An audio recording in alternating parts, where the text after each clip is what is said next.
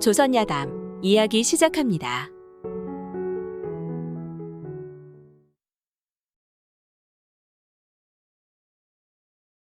옛날 옛적 충청도 어느 고을에 사이좋은 젊은 부부가 있었습니다. 그런데 부부가 하루는 아내의 친정을 가려고 깊은 산골짜기를 지나가다 무서운 도적패들을 만났지요. 저마다 무서운 칼과 몽둥이로 무장한 도적패들을 깊은 산속에서 만났으니 부부는 꼼짝없이 죽었구나 싶었습니다. 아이고, 살려주시오. 달라는 것은 모두 다 드릴 테니 제발 우리 목숨만 부지하게 해주시오.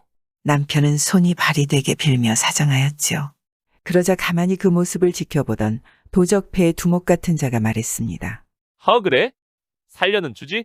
대신 이 여자는 우리가 데려가겠다. 뭐시오? 아내를 데려간다는 말에 남편은 온몸으로 저항했지요. 하지만 도적대들은 남편을 소나무에다 밧줄로 꽁꽁 동여 매놓고 말했습니다. 하하, 약속대로 목숨은 살려주마. 그런데 이곳은 어둑해지면 호랑이가 다니는 길인데 그것까지 내가 봐줄 수는 없지 않겠느냐. 아내를 붙들어가는 도적대를 보며 남편은 그저 기가 막혀서 가슴이 터져 죽을 지경이었죠. 여보시오. 당신의 이름하고 사는 곳이나 좀 알려주시오. 남편은 큰 소리로 도적두목에게 물었습니다. 거참 성가신 놈이군. 그래, 어차피 오늘 밤에 죽을 놈인데 저승가는 선물로 가르쳐 줄 테니 잘 들어라. 사는 곳은 높고 낮은 곳을 쥐었다 펼쳤던 권리고 성은 발아래, 이름은 3년 상처 먹고 나왔다이다. 도적대들은 이렇게 말한 뒤 끌려가지 않으려 발악하는 아내를 데리고 숲속으로 들어가 버렸습니다. 그리고 부인이 떠나간 자리에는 부인이 아끼던 놀이개만이 떨어져 있었죠. 깊은 산속에서 남편은 홀로 소나무에 묶인 채 울부짖고 있을 수밖에 할 수 있는 것이 없었습니다. 그리고 한참의 시간이 흘러 남편은 망연자실하여 호랑이 밥이 되기를 기다릴 뿐 아무것도 할 수 없음에 눈물만 흘리고 있었습니다. 그런데 그때였습니다. 수풀 속에서 무슨 소리가 들리는 듯 하더니 젊은 사내와 노인 하나가 풀숲을 헤치고 나왔죠. 아이고, 이제 멀리 간 것 같소. 큰일 날 뻔했소이다. 맞습니다. 목숨을 부지한 것만이라도 신령님이 굽어 살펴주신 덕입니다. 두 사람은 묶여있는 남편을 풀어주었습니다. 댁들은 니시오? 우리는 산에서 약초를 캐는 약초꾼이요. 아까부터 도적대들을 보고 풀숲에 몸을 숨기고 있었어. 그럼 혹시 저들이 어디 사는 자들인지 아시오? 그건 우리도 모르. 요즘 부패한 관리와 욕심 많은 지주들이 이 가뭄에도 돈에 눈이 멀어 세를 올려받으니 나라의 도적 패물이가 어디 한둘이요? 목숨만 건진 것이라도 다행이요. 정말 목숨만이라도 건진 것이 다행이지만 아내를 잃어버렸으니 어찌 한단 말입니까? 남편이 약초꾼들에게 고맙다 말하고 돌아서는데 약초꾼 하나가 불렀지요. 이보시오. 잠깐 이거 가지고 가시오. 당신 부인이 떨어뜨리고 간 것이오. 남편이 돌아서 보니 그것은 부인이 아끼던 놀이개였습니다. 남편은 즉시 관하로 달려가 이 일을 알렸지만 도적패들로 인한 피해가 한두 가지가 아니라 관하에서도 기다려보라고만 할 뿐이었습니다. 남편은 그날부터 아내를 찾아 헤매었지요. 이보시오. 사는 곳은 높고 낮은 곳을 쥐었다 펼쳤던 골이고 성은 발 아래이고 이름은 3년상 처먹고 나왔다인 사람을 아시오. 그 무슨 괴상한 소리오? 애인 난 모르. 남편의 간절함을 누가 알겠습니까? 사람들은 그러한 사정도 모르고 남편을 그저 미친 사람 취급하였지요. 남편은 아무리 그래도 포기할 수 없었습니다. 우연이라도 아내를 만날까 전국을 이잡듯이 찾아다녔지요. 그러던 하루는 어느 마을 어귀에서 어린아이들이 임금과 신하 놀이를 하고 있는 것을 보았습니다. 그래 남편이 가만 보니 임금된 아이에게 신하 노릇하는 아이들이 물으면 임금된 아이가 신하에게 무식하다 꾸짖으며 훈계하고 아이들은 뭐가 그리 재미있는지 맞장구를 쳐가며 웃고들 있었지요. 남편이 가만히 그 모습을 지켜보다 임금된 아이 앞으로 가 공손히 손을 모으고 말했습니다. 전하, 신 아래올 말씀이 있습니다. 아이들은 남편의 모습을 보고 뭐가 그리 재밌는지 연신 웃음 보따리가 터져 나왔죠. 그러자 임금된 아이가 엄숙한 말투로 말했습니다. 그래? 무엇이든 말해보거라. 제 아내를 빼앗아간 도둑놈이 사는 곳이라고 하면서 가르쳐준 말이 도무지 무슨 뜻인지를 몰라서 여쭈러 왔사옵니다. 그러자 임금된 아이가 말했습니다. 그래? 그 도둑놈이 대체 무엇라고 하더냐? 사는 곳이 높고 낮은 곳을 쥐었다 펼쳤던 골짜기라고 하였습니다. 이름은 말하지 않더냐? 성은 발 아래이고 이름은 3년상 처먹고 나왔다고 하였습니다. 제발 좀 알려주십시오. 남편은 물에 빠진 사람이 지피라도 붙잡는 심정으로 임금된 아이에게 애원했지요. 그러자 아이는 잠시 생각하다 무엇이 불현듯 생각났다는 듯 말했습니다. 아, 여봐라. 높고 낮은 곳이니까 평산이고 쥐었다 펼쳤던 골이니까 부채골이다. 그리고 성은 발 아래라고 했는데 발 아래 있는 것은 신이 아니냐? 또 이름이 3년상 처먹고 나왔다라고 하니 3년상을 지내고 상복을 벗게 되니 제복이 틀림없다. 평산 부채꼴의 신제복이란 놈을 찾아가 보아라. 참으로 기특하고 똘똘한 아이 아닌가요? 남편은 너무 황송하고 고마워서 머리를 땅에 조아리며 감사했지요. 전하, 성은이 만극하옵니다. 고맙습니다, 전하. 그날 이후로 남편은 황해도 평산으로 가 부채꼴을 찾았습니다. 이 보시오. 여기가 부채꼴이 맞소? 네, 그렇소만. 그럼 혹시 신제복이라는 사람을 아시오? 저기 큰 길이 끝나는 곳에 큰 기와집이 있소. 거기가 신제복의 집이오. 남편이 동네 사람이 알려준 대로 큰 길을 따라 가보니 과연 신제복이란 놈이 고래등 같은 기와집에 살고 있었습니다. 그런데 기와집 앞에는 덩치 크고 흉악스럽게 생긴 자들이 문 앞을 지키고 있었죠. 원수를 바로 코앞에 두었지만 남편은 이러지도 저러지도 못하고 그저 지나가는 행인인 것 마냥 신제복의 집 앞을 지나쳐야만 했습니다. 필시 저 안에 부인이 있을 터인데 남편은 그저 먼 곳에 숨어 그 집 대문만을 바라보고 있었죠. 그리고 잠시 후 대문이 열리더니 한 무리의 여인들이 물동이를 들고 보초 같은 자들과 함께 나왔습니다. 여인들은 저마다 물동이를 손에 들고 물을 길러가는 것 같았는데 사내들이 뒤따르는 것을 보니 여인들을 감시하는 자들 같았지요. 그런데 남편이 가만 보니 여인들 중에 자신의 부인도 있는 것이 보이지 않겠습니까? 이 얼마만입니까? 너무도 반가워 한달음에 달려가 얼싸안고 싶었지만 차마 보초 같은 자들 때문에 감히 나서질 못했지요.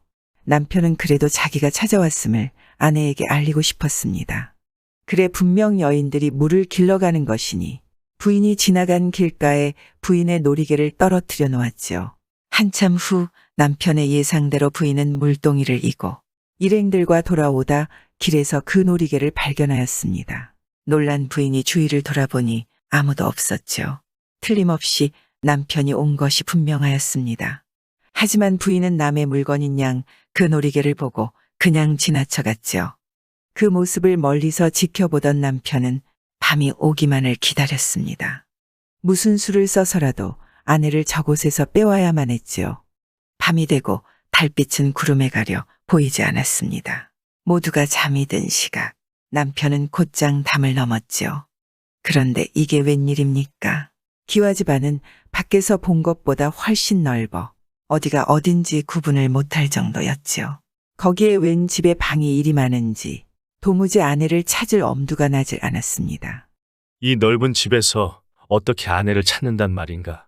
이러다가 잡히면 분명 죽음을 면치 못할 것 같은 생각이 든 남편은 일단은 마루 밑에 숨어 동정을 살피기로 하였습니다. 그런데 그때 한 여인이 방문을 열고 나오더니 바가지에 물을 떠놓고 합장을 했습니다. 그리고 하늘을 쳐다보면서 이렇게 기도를 올렸죠.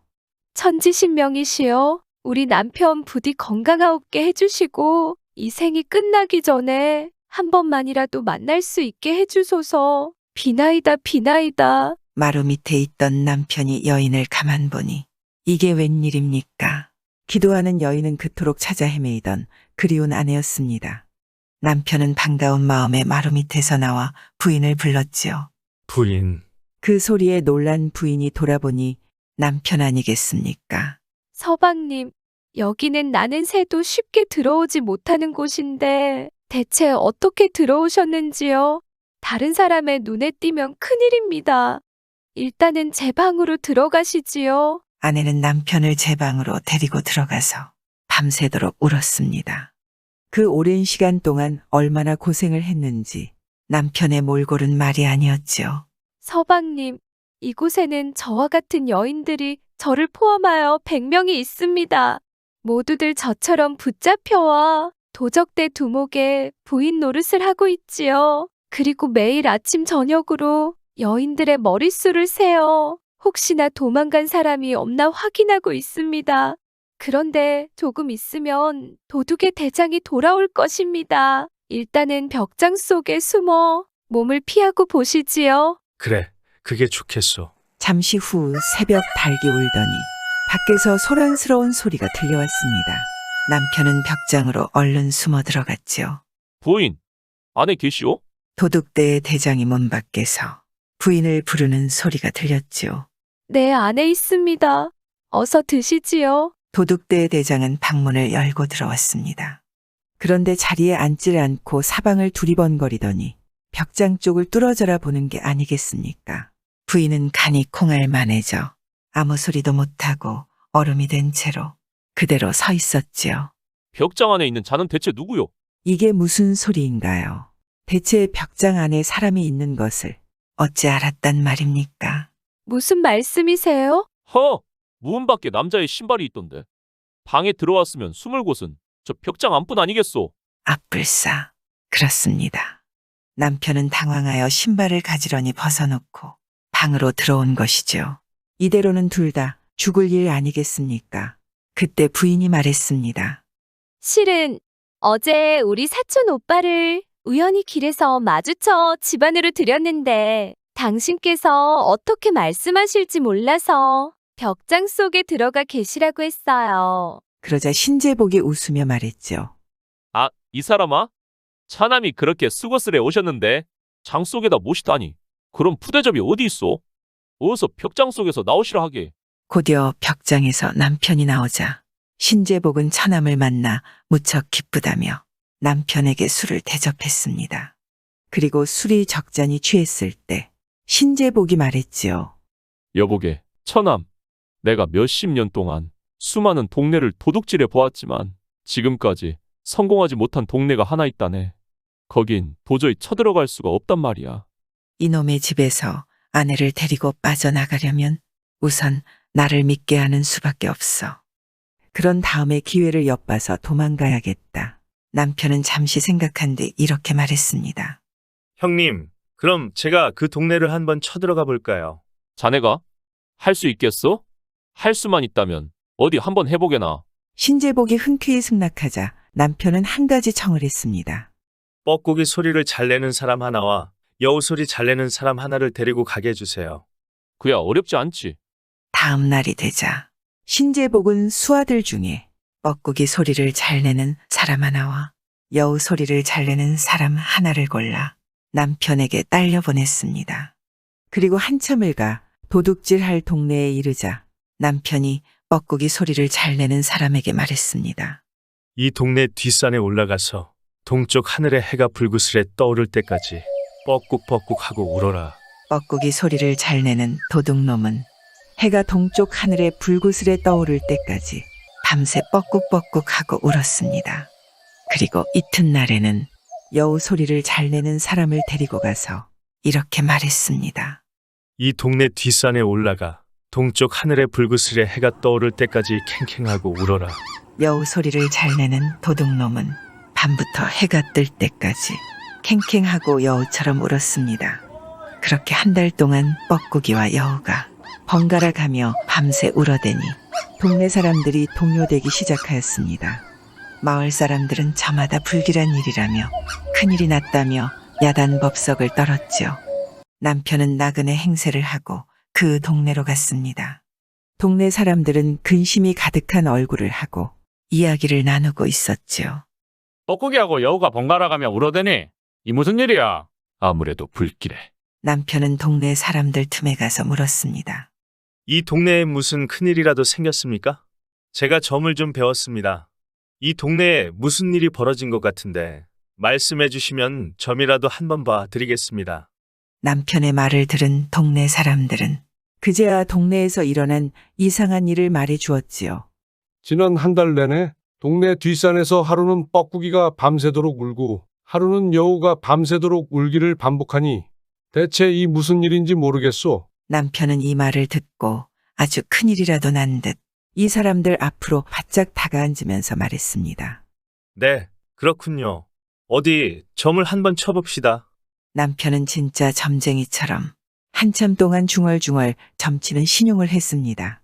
이런 옛부터 이 마을을 지키던 신령님께서 마을 사람들이 받기만 한다고 노하셨어. 아무래도 제사를 크게 지내야 할 것이오. 그런데 이 제사에는 어린애들은 물론이고 한 사람도 빠짐없이 참석해야 합니다. 동네 사람들은 크게 기뻐하며 이 사람이 말한 대로 산에 가서 제사를 지내겠다고 했습니다. 그러자 남편이 다시 집으로 돌아가서 신제복에게 말했습니다. 형님, 내일 아무시에 그 동네로 가보시오.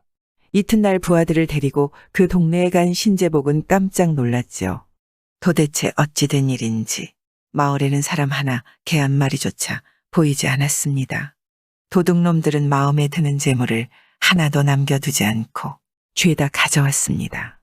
신제복을 비롯한 여러 도둑놈들이 몇 해 동안 여러 차례 쳐들어가려 해도 번번이 실패했던 이 동네를 이렇게 감쪽같이 털게 되자 신제복은 남편을 철석같이 믿기 시작했습니다. 그리고 얼마 뒤 남편은 신제복 다음으로 입김이 세졌지요.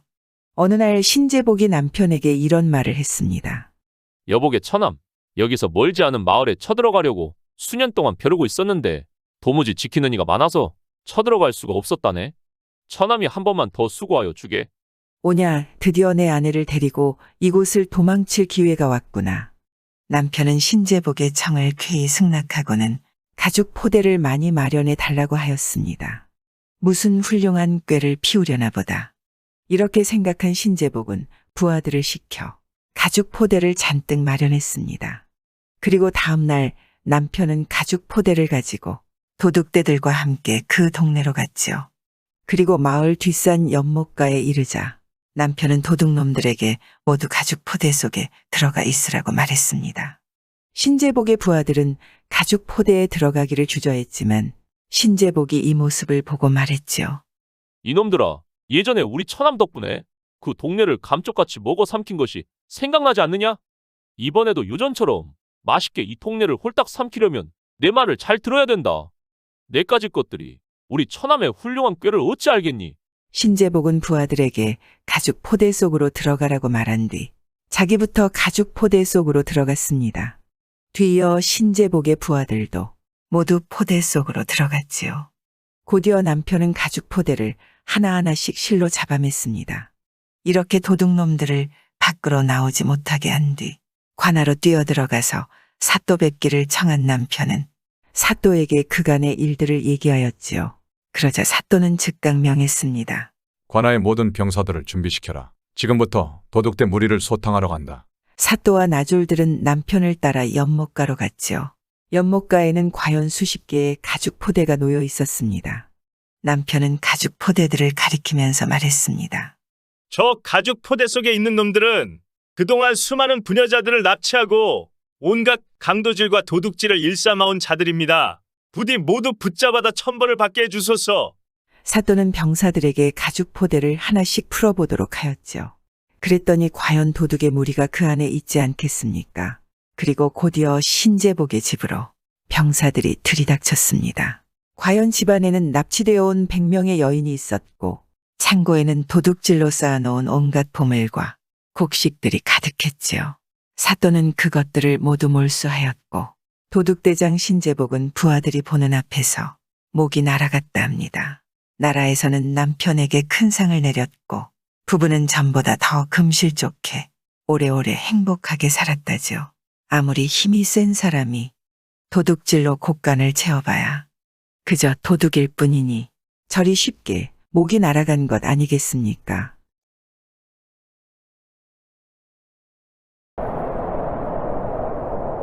옛날 옛적 어느 시골 마을에 가난한 집이 하나 있었습니다. 이 집의 가장은 칠복이라는 사람이었는데 젊어서 일찍 결혼해 자식을 넷이나 두고 살았죠. 그런데 칠복의 아이들이 점점 커가니 돈도 양식도 몇 배로 들어가는 게 칠복이 벌어오는 양식으로는 살아가기가 점점 힘들었죠. 그러다 날은 추워지고 겨울이 찾아왔습니다. 내일이면 즐거운 명절, 설날이었죠. 하지만 칠복과 그의 가족은 1년 중 가장 고통스러운 날이었습니다. 남들은 설 명절이라고 고깃국이니 쌀밥이니 설빔 옷이니 세뱃돈이니 하며 새해를 맞이하느라 들떠 있을 때에 칠복의 식구들은 먹을 것도 떨어지고 땔감도 떨어져 차디찬 냉골에서 서로를 껴안고 있었죠. 아버지 춥고 배고파요. 어제부터 한 끼도 못 먹었는데 밥 좀 주세요. 아무것도 모르는 아이들은 그저 춥다 배고프다 성화였고 칠복의 부인은 아무 소리도 못하고 그저 방바닥만 긁고 있었죠. 칠복은 이 엄동설 안에 바가지를 들고 집을 나섰습니다. 쌀이건 보리건 간에 양식을 조금이라도 얻어다가 제비 새끼 같은 자식들과 시집 온 날부터 고생만 한 부인의 입에 풀칠이라도 해줘야 하지 않겠습니까? 그런데 그 해는 흉년이라 칠복이 여기저기 집을 돌며 양식을 조금이나마 얻으려 했지만 이 겨울에 세상 사람들 인심마저 모두 얼어붙었는지 칠복은 쌀 한 톨 얻지 못하고 털레털레 집으로 향할 수밖에 없었습니다. 칠복이 집에 돌아오자 아이들은 우르르 나와 아버지 아버지 하며 먹을 것을 얻어왔나 달려들지 않겠습니까? 그런 아이들 앞에 아무것도 내놓을 것이 없으니 칠복의 마음은 찢어질 것만 같았습니다. 아, 내가 명색이 가장이 되어서 이것이 무슨 꼴이냐. 내가 차라리 나가서 자취를 감추어 버리는 것이 나으리라. 차마 눈을 뜨고 식구들을 볼 수가 없구나. 그럴 바에는 차라리 눈을 감자. 여보, 정말 미안하오. 칠복은 아무 말도 하지 않고 정처 없이 집을 나섰습니다. 아이들 볼 면목도 부인 볼 면목도 없으니 차라리 죽어버리는 게 나을 것 같았죠. 죽어서 남한테 송장을 치우게 할 수도 없고 장사를 치르는데 돈이 들게 할 수도 없으니 그래 차라리 호랑이 밥이 되자. 칠복은 산으로 들어갔습니다. 그 산은 전부터 호랑이가 사람을 물어가기로 소문난 산이었죠. 한참을 걸어 사람의 발자취란 찾아볼 수 없는 그 깊은 산중으로 들어선 칠복은 큰 소리로 외쳤습니다. 호랑아, 호랑아, 산신령 호랑이님, 여기 먹잇감이 있으니 어서 와서 제발 좀 먹어치워 주시오. 사람 구실도 못하는 이 구차하고 못난 놈. 마지막으로 호랑이에게 좋은 일이나 하고 가련다. 칠복이 깊은 산중에서 울먹이며 소리쳤지만 돌아오는 것은 메아리뿐. 호랑이는 감감무소식이었죠. 그러자 이번에는 욕을 하였습니다. 호랑이야 이 새끼야. 이 자식아. 이 머저리야 바보야. 멍텅굴리야. 천치야. 이 겨울에 먹을 것이 와 있는데도 불러내는데도 반응이 없는 등신아. 어서 와서 한 입에 나를 탁 먹어라. 이 자식아. 제발 좀 와서 나를 잡아먹어라. 제발. 칠복이 그렇게 욕하고 소리 질렀건만 산중에는 공연한 메아리 소리만 들릴 뿐이었습니다. 늑대라도 나와다오. 여우라도 나와다오. 곰이라도 멧돼지라도 나와다오. 참 안타까운 일 아니겠습니까? 호랑이 밥이 되려 깊은 산중으로 들어왔으나 호랑이 아니라 고양이 한 마리 보이지 않으니 말이죠. 칠복은 그러다 다시 생각했습니다. 그러면 더 들어가자. 그러다가 지쳐서 쓰러진 자리를 나의 무덤으로 삼자. 칠복은 깊은 산중으로 더 들어갔죠. 가다 호랑이 밥이 되거나 그저 지쳐 죽기를 바란 것입니다. 그렇게 하염없이 걷고 또 걷는데 이게 웬일입니까? 인적이라곤 하나 없을 것 같은 이 깊은 산 중에 멀리서 등불이 하나 보이는 것이었죠. 호랑이가 집을 짓고 사는가? 아니면 천년 묵은 여우가 사람으로 변해 사는가? 가보자. 어차피 죽기로 한 목숨. 칠복이 불빛을 따라 가보니 산중에 큰 기와집이 한 채 서 있었죠. 그래 그 집에 다가가서 냅다 소리를 질러댔습니다. 이보시오. 이봐요. 아무도 안 계시오. 여보시오. 산속에서 집을 발견한 칠복은 마치 빛 받으러 온 것 마냥 사람을 불러댔습니다. 그러자 잠시 후 웬 여인의 목소리가 들렸죠. 누구세요? 대체 누구시길래 이리 소란스럽게 사람을 부르는 것이요? 여인이 대문을 열고 나오는데 목소리는 쟁반에 은구슬을 굴리는 듯 하였고 얼굴은 하늘에서 선녀가 내려온 것 마냥 아름답지 않겠습니까? 칠복이 보니 필시 천년 묵은 여우가 사람으로 환생한 것이 틀림없었죠. 저는 호랑이 밥이 돼주려고, 아니 여우의 밥이라도 돼주려고 깊은 산속으로 들어온 사람입니다. 아이고, 이 엄동설안에 무슨 말씀을요? 추우신데 어서 들어오시지요. 상냥하게 집 안으로 안내하는 여인을 따라 홀린 듯 칠복은 집 안으로 들어갔습니다. 그리고 칠복이 방으로 들자 방은 환하게 불이 켜져 있고 방 안은 훈훈한 공기가 가득하였죠. 잠시 후 여인이 밥상을 차려와 칠복이 밥을 맛있게 먹었더니 이내 새 옷을 내주고 또 이내 술을 한 잔 권하니 대접도 이런 호사스러운 대접이 어디 또 있겠습니까? 칠복은 따뜻한 집에서 아름다운 여인이 황홀하게 대접하여 주니 춥고 배고픈 식구들이며 죽으려 했던 마음이며 모두 잊어버리고 잠이 들었습니다. 그리고 늦게까지 실컷 자고 일어났는데 또 그 처남이생 여인이 극진하게 대접을 하니 나중에 삼수갑산을 갈망정 이런 호의호식이 싫지는 아니하여 다 받아들였죠. 지금 내 눈앞에 여인이 설령 천년 묵은 여우일망정 어차피 죽기로 한 몸 호사스러움이 뭔지나 한번 맛보고 죽자. 칠복은 그렇게 산중 기와집에서 여인을 새 부인 삼아 그저 세월 가는 줄도 모르고 몇 달을 보냈습니다. 그런데 어느 날은 이 부인이 묻지 않겠습니까? 서방님, 집 생각은 안 나세요? 아, 참. 내가 집이 있구나. 이 깊은 산중에서 호의호색하며 시간 가는 줄 모르고 지내던 칠복은 생각했습니다. 집 식구는 이미 굶어 죽었을 것이니 가본들 무슨 소용이 있을 것이요? 한번 가보시지요. 식구들 모두 죽지 않고 살아 있습니다. 그동안 제가 먹을 것과 입을 것을 좀 보냈습니다. 이건 또 처음 듣는 이야기 아니겠습니까? 칠복은 새 부인의 말에 그저 놀랍고 고맙기만 했습니다. 어찌 자기 집을 알고서 저랬을까? 어서 집에 가서 가족을 보고 안심을 시켜드리세요. 그런데 단 한 가지 부탁은 길에서 누가 와서 무슨 말을 하더라도 절대 듣지 마세요. 서방님이 그 말을 듣는 날에 저는 죽게 될 것입니다. 칠복은 새 부인의 말에 단단히 약속하고 산을 내려와 집으로 향했습니다. 그런데 과연 집을 가보았더니 전에 살던 집은 어디 가고 웬 기와집이 떡하니 서 있는데 칠복이 문을 열고 안으로 들어가니 온 집안 식구들이 나와 칠복을 반갑게 맞이하였죠. 아이고 서방님, 객지에 가서 돈 버느라 고생이 많으셨어. 아버지 덕분에 저희가 이렇게 등 따시고 배부르게 잘 살고 있습니다. 칠복은 할 말이 없어 그저 그렇구나 하면서도 속으로는 산골짜기에 있는 새 부인에게 고맙다 생각했죠.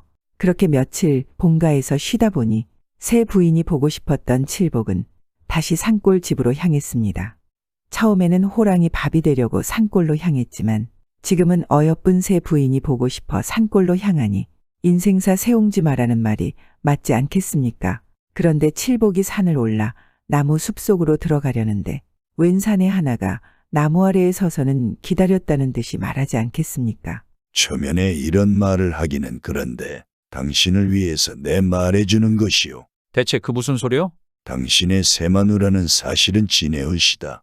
천년 묵은 지네가 둔갑을 해서 당신을 해치려는 수작이니 내 말을 못 믿겠거든 담배를 줄곧 피워서 방 안을 담배 연기로 가득하게 하시오. 그러면 그 지네가 쭉 뻗어 죽을 것이오. 이 담배를 가지고 가서 시험을 해보시오. 사내의 말은 믿기 힘들었지만 한편으로는 칠복도 늘 새 부인을 보며 찜찜한 구석이 없지는 않았겠죠. 사내에게 담배를 받아든 칠복은 새 부인의 집으로 돌아왔습니다. 부인, 나 다녀왔소. 벌써 다녀오셨어요? 시장하실 텐데 어서 방으로 드시지요. 새 부인은 아무것도 모르고 정성스럽게 상을 차려서는 칠복에게 가져다 주었죠.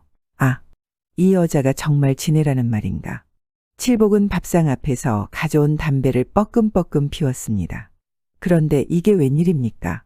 담배 냄새를 맡은 새 부인은 얼굴이 하얗게 변하더니 그 자리에 그대로 고꾸라지는 게 아니겠습니까? 과연 지네였구나. 지네가 둔갑을 해서 마누라 행세를 하고 있다니 내가 속았구나. 하마터면 내가 저 지네에게 죽을 뻔하였네. 이렇게 살만한데 이 아까운 목숨? 지네 밥이 될 수는 없지. 어림없지. 나는 안 주고. 참 사람 마음 간사하지 않습니까? 얼마 전까지만 해도 호랑이 밥이 되겠다, 여우 밥이 되겠다며 이 산으로 들어온 자가 이제는 먹고 살만해지니 절대 죽지 못하겠다니 말이죠. 그때 어디선가 느닷없는 호통이 들려왔습니다. 이놈아! 깜짝 놀란 칠복이 사방을 두리번거렸지만 주변에는 아무도 없었습니다. 이놈아, 이런 양심도 없는 놈아. 죽으려는 놈 살려주고 굶어 죽을 식구들 다 살려주니 뭔 아까운 목숨을 저 지네에게 바칠 수 없다고? 이런 천벌 받을 놈아, 너나 먼저 죽어라. 칠복은 어디선가 계속되는 호통 소리에 가슴이 아파왔습니다. 그것은 마치 칼로 도려내는 듯한 고통이었죠. 아, 내 양심이 가슴에서 호통을 친 것이구나. 부인, 내가 잘못했다오. 칠복은 그 즉시 문을 열어 환기를 시키고 쓰러진 새 부인에게 가서 온몸을 주물러 주었습니다. 곧 방 안의 연기는 사라지고 신선한 공기가 들어오기 시작하였죠. 내가 잘못했소이다. 당신은 나의 은인, 우리 가족의 은인인데 제발 일어나시오. 내가 배은망덕을 한 놈이오. 칠복은 눈물을 흘려가며 계속 진해 부인을 주물렀습니다. 그러더니 어느새 진해 부인이 눈을 떠서는 미소를 짓고 있었죠. 아, 살아났구려. 내가 큰 죄를 지었소. 나를 혼내주오, 죽여주오. 그러자 진해 부인이 말하였습니다. 그만 우십시오, 서방님. 그리고 저희 말을 들어주십시오. 아, 당신이 나를 용서해 주시는군요. 진해 부인은 그때부터 자신의 이야기를 하였는데 사실 자신은 하늘나라 옥황상제의 딸이라는 것이었죠. 그리고 진해 부인에게는 왕자인 오라비가 있었는데 그 오라비와 함께 인간 세상에 내려와 온갖 못된 짓을 일삼았습니다. 그러니 아버지 옥황상제가 화가 나 자신은 진해로 오라비는 구렁이로 변하게 하여 지상으로 내려보내 살게 했던 것이었죠. 가라 가서 지네가 되고 구렁이가 되어라. 지상에서 제일 추하고 독하고 쓸모없는 것이 되어라. 아바마마, 잘못했나이다. 아바마마 살려주소서. 사는 길이 있지. 적선을 하거라. 죽을 목숨을 살려주어라.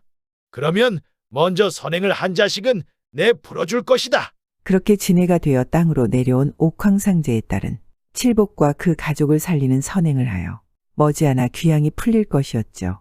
하지만 그 오라비는 선행을 할 생각은 안 하고 한겨울에 잠만 실컷 자다 가만 보니 여동생만 조만간 귀양이 풀릴 것 같아 질투가 났죠. 그래서 칠복에게 담뱃대를 주며 여동생을 죽이려 한 것이었습니다. 이제 곧 저는 귀양이 풀려서 등천을 합니다. 우리 오빠를 보거든 큰 물을 가리키소서. 안녕히 계십시오. 난군이시여. 진해 부인은 그렇게 말하고 연기처럼 변하여 하늘로 올라갔습니다. 부인 고맙소. 정말 고맙소. 칠복은 진해 부인과의 아쉬움을 뒤로하고 산을 내려왔죠.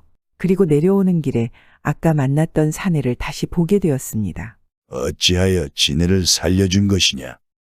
내 누이가 너에게 큰 물로 가라 하더구나. 무엇이? 칠복은 그렇게 산을 내려와 식구들과 오손도손 행복하게 살았다 합니다. 그리고 옥황상제의 아들은 큰 물을 찾아가 이무기가 되었다 하죠. 천년을 물속에서 지내야 용이 되어 하늘로 올라갈 수 있는 형벌이 더해진 것입니다.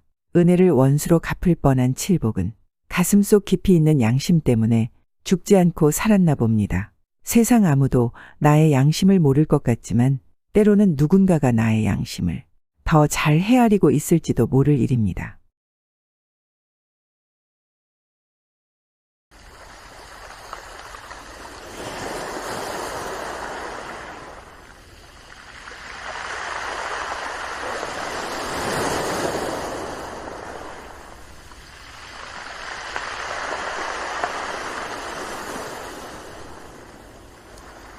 옛날 옛적 전라도 어느 바닷가 마을에 덕배라는 머슴놈이 하나 살았습니다.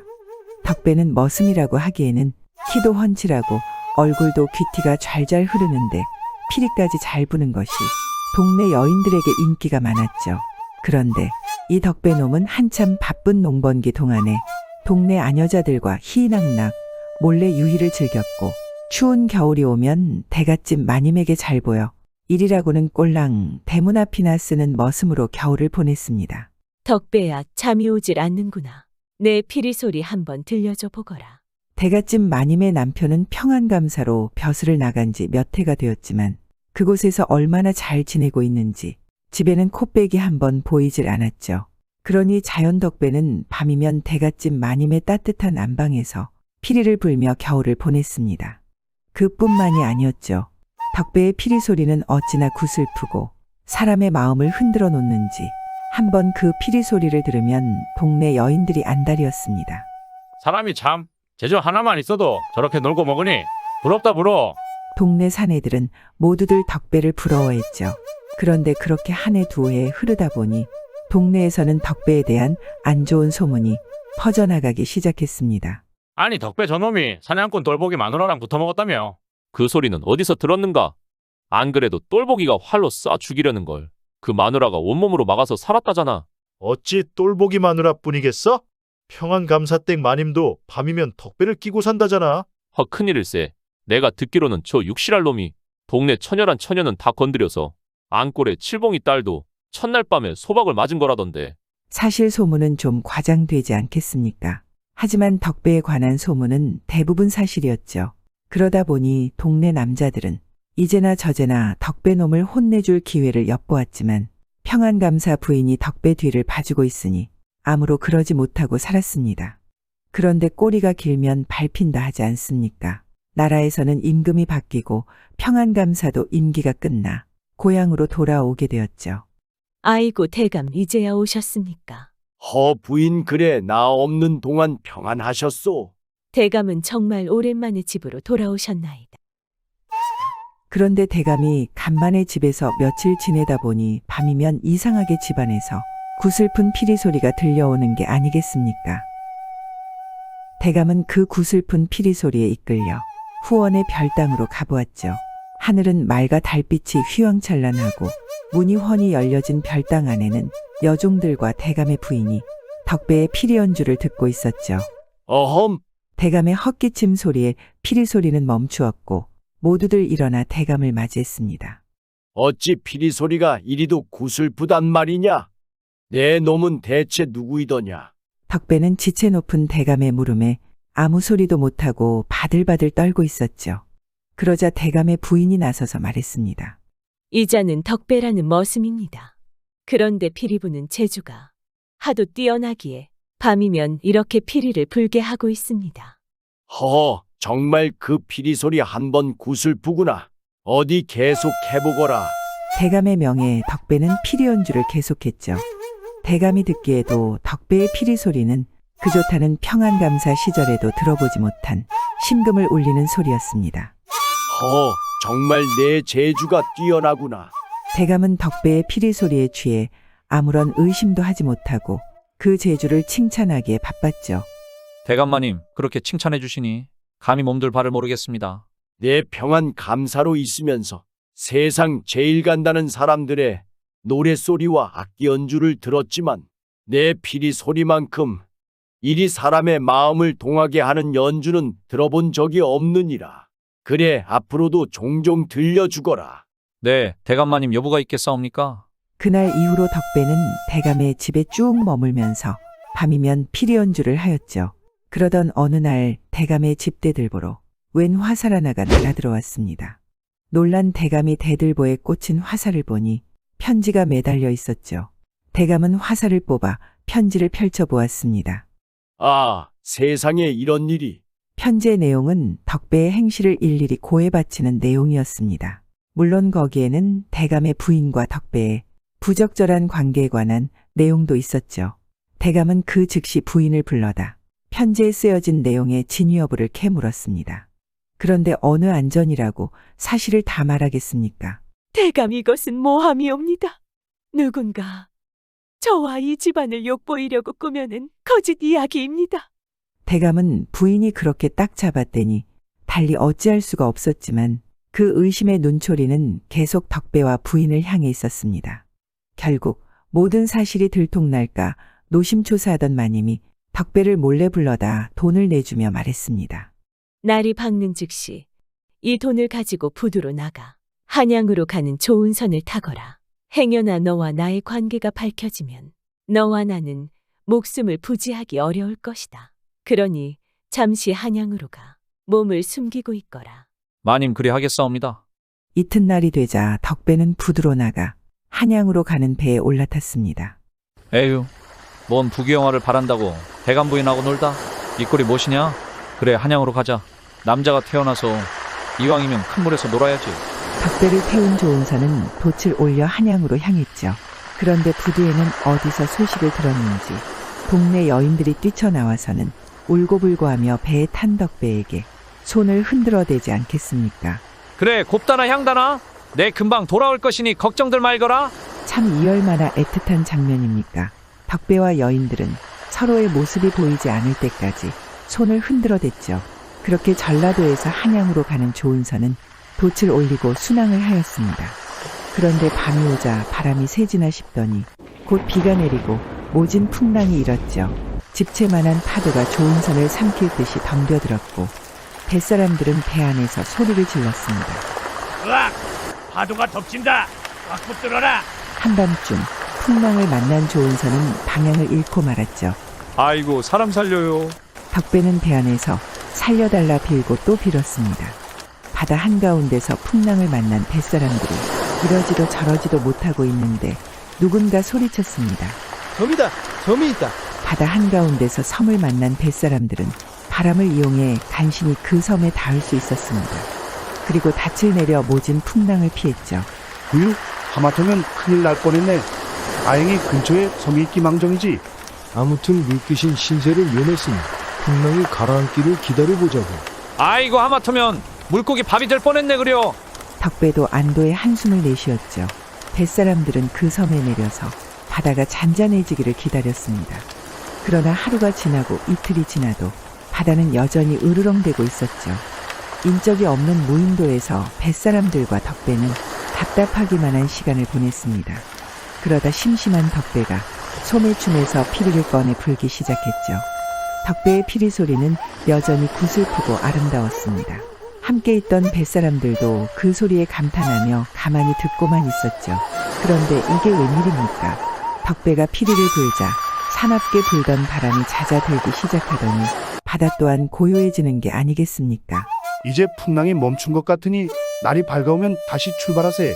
이튿날 아침 뱃사람들은 닻을 올리고 서둘러 출항을 하였죠.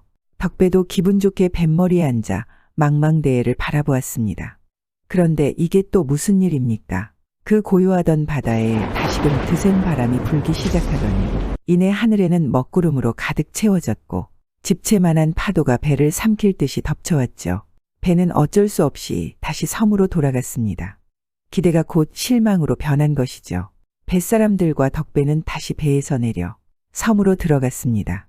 그런데 사람이 살지 않는 섬에 며칠 전까지만 해도 보지 못했던 웬 당집이 하나 있지 않겠습니까?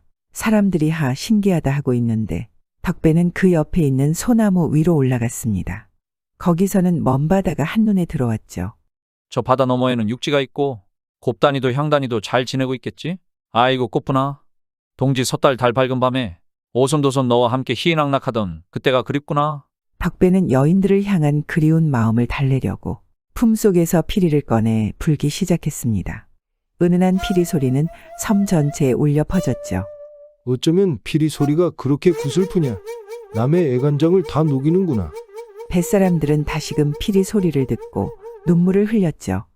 피리 소리를 들으니 집 생각이 나서 가슴이 터질 것 같네. 사람이 어찌 이리 아름다운 소리를 내는 것이냐. 그것은 당집을 지키는 각시귀신도 마찬가지였습니다. 덕배의 피리 소리에 마음을 빼앗겨 잠시라도 피리 소리를 듣지 않으면 견딜 수 없었죠. 그리고 며칠 만에 바다가 잔잔해졌습니다. 뱃사람들은 다시 채비를 해 육지를 향해 출발하였죠. 그런데 섬을 떠난 지 얼마 되지 않아 바다는 다시 변덕을 부렸습니다. 비바람이 불고 파도가 집채만큼 높아진 것이었죠. 도저히 안 되겠다. 섬으로 돌아가자. 거참 별일이네. 바다에 배를 띄우기만 하면 풍랑이 이니 말이야. 이러다가 영영 육지로 못 돌아가는 것 아니야?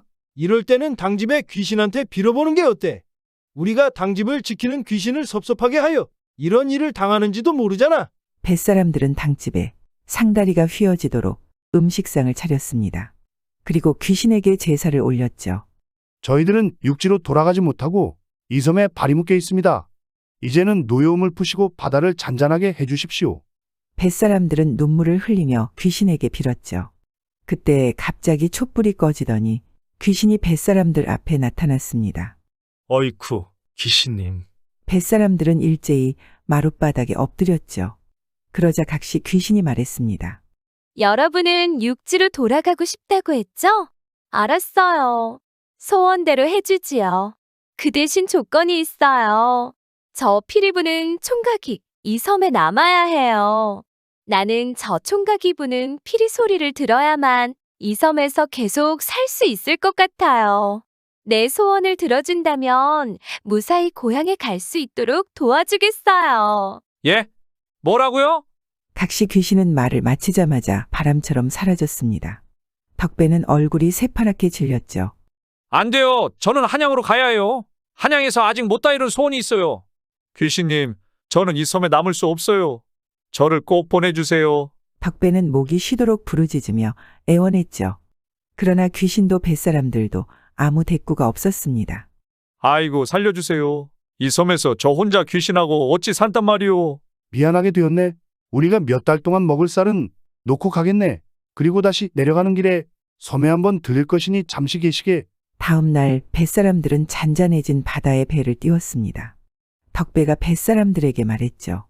어쩔 수 없으니 제가 여기 잠시 동안만 머무르겠습니다. 그러니 꼭 돌아가실 때 이 섬에 들러 저를 데려가십시오. 걱정 말게나. 꼭 돌아오십시오. 그리고 곧 조은서는 이 섬에 덕배 혼자 남기고 멀어져 갔죠. 덕배는 절망적인 표정으로 다시 소나무 가지에 올라 피리를 불었습니다. 피리 소리는 그 어느 때보다 더 구슬프게 들렸죠. 그렇게 덕배는 피눈물을 흘리며 며칠을 쉬지 않고 피리를 불다가 그만 소나무에서 떨어져 죽고 말았다 합니다. 사람이 귀신을 홀릴 정도로 훌륭한 재주를 가지고 태어나기도 쉽지 않은 일이죠. 그런데 그 훌륭한 재주를 못된 짓에만 쓰니 그 재주 때문에 죽는 것 아니겠습니까?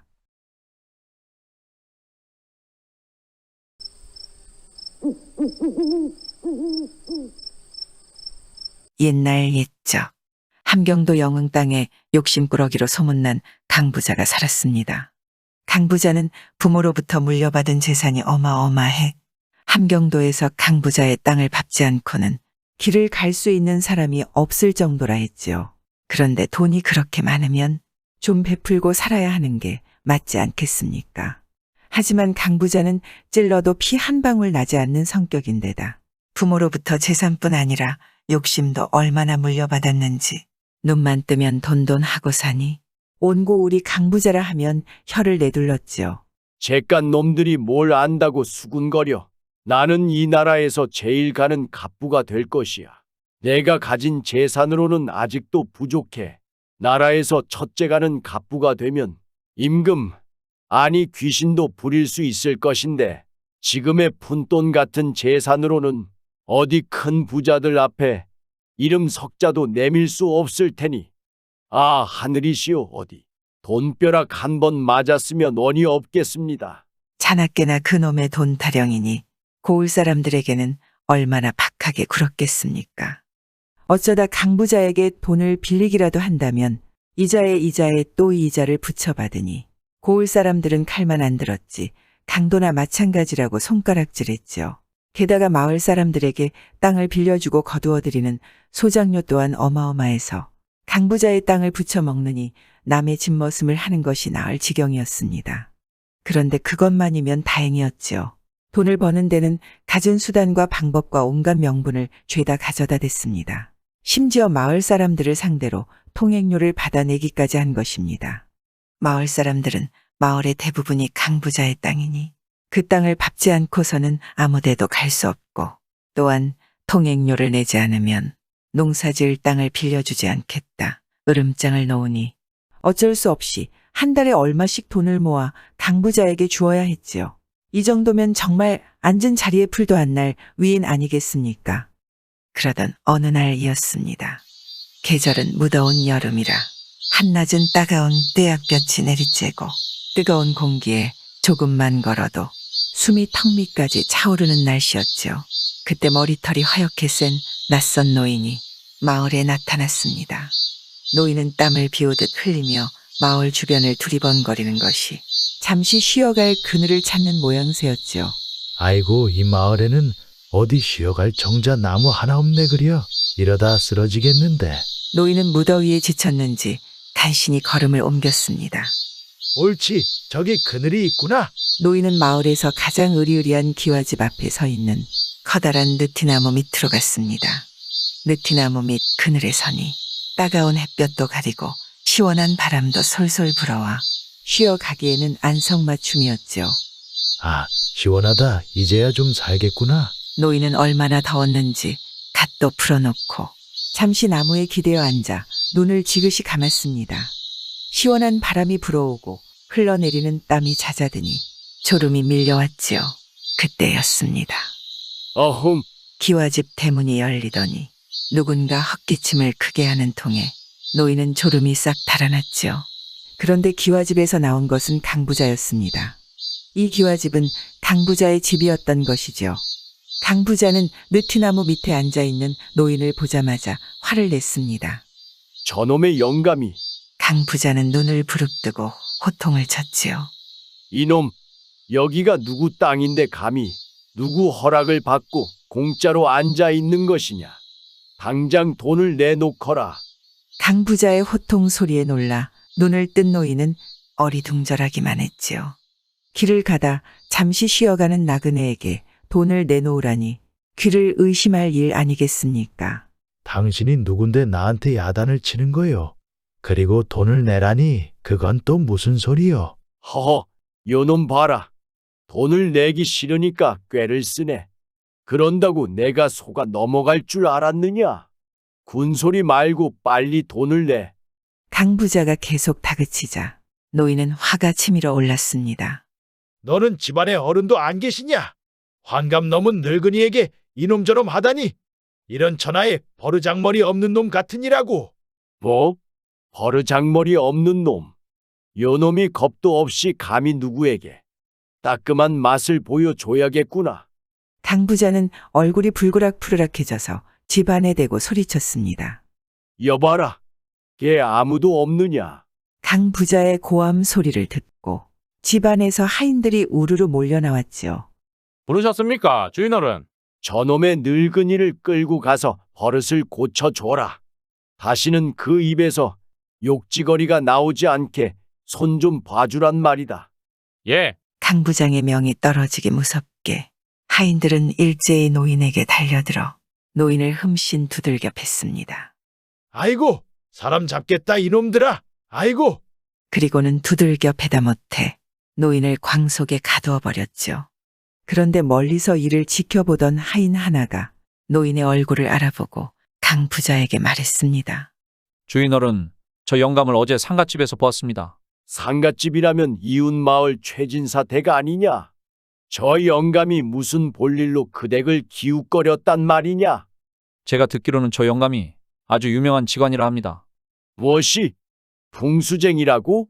예, 저분이 맷자리를 얼마나 기가 막히게 잡는지 한양의 세도가들도 서로 모셔가려는 분이라 이번에 최진사 댁에서도 어렵게 모셨다 들었지요. 그래? 유명한 직관이라는 소리에 강부자는 귀가 번쩍 눈이 번쩍 뜨였습니다. 안 그래도 조상의 무덤을 잘못 쓴 탓에 돈이 더 붙지 않는 게 아닌가 고민하던 터였는데 유명한 직관이라니 반가운 일 아니겠습니까? 당장 그 영감을 데려오너라. 예. 그리고 잠시 후 강부자는 사랑채에서 직관 노인과 마주 앉았습니다. 노인은 하인들에게 실컷 두들겨 맞아 얼굴이 퉁퉁 부어 있었죠. 그런데도 강부자는 전혀 미안한 기색이 없었습니다. 미안하다 말하면 치료비라도 물어줘야 할 것 같으니 더욱 뻔뻔하게 나간 것이죠. 강부자는 거만한 얼굴로 고개를 치켜들고 말했습니다. 영감이 산소 자리를 잘 보는 풍수쟁이라고? 그렇소. 그래, 마침 잘 됐군. 우리 집안을 위해 산소 자리 하나만 골라 주거라. 내 할아버지 산소를 옮겨야 할 형편이거든. 내가 이 일만 잘 치르게 해주면 곧바로 풀어주마. 하지만 내 부탁을 거절한다면 통행료 100냥을 내놓아야 풀려날 것이다. 자, 어느 쪽을 택할 테냐? 노인은 선뜻 대답하지 않고 잠시 생각하는 눈치였습니다. 어쩜 이리도 뻔뻔한 인간이 있나 싶었겠지요. 노인은 그러다 벼랑간 반색을 하며 입을 열었지요. 이왕이면 명당 자리를 골라 드려야지요. 자자손손 부귀영화를 누리셔야 하니까요. 그런 명당 자리가 어디 있느냐? 설마 우리 마을은 아니겠지?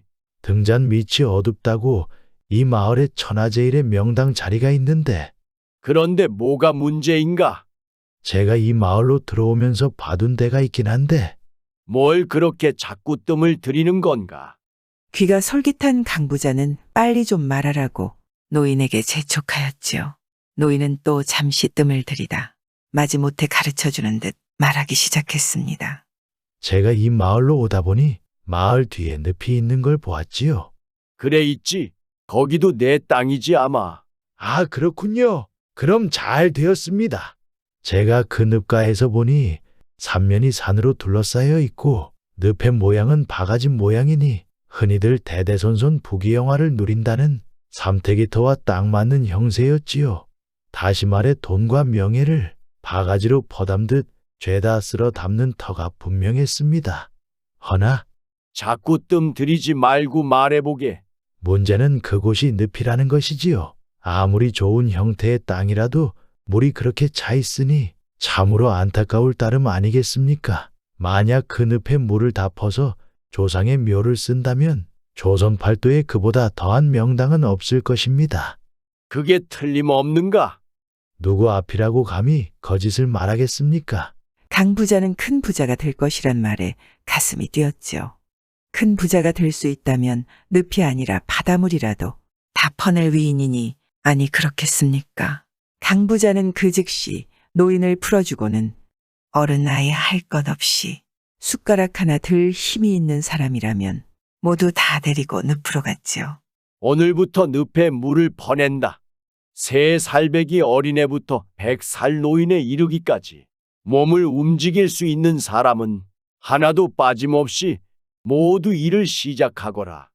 이 마을에서는 강부자의 말이 곧 법이니 마을 사람들은 그 즉시 늪에서 물을 퍼내기 시작했습니다. 마을 사람들은 목구멍이 포도청이니 누구 하나 토를 달지도 못하고 어른 아예 할 것 없이 일했지요. 그렇게 보름이 지났습니다. 늪의 물이 어느 정도 줄고 바닥이 보이기 시작했지요. 그런데 늪 주위에 모여있던 마을 사람들이 기겁을 하고 놀라는 게 아니겠습니까?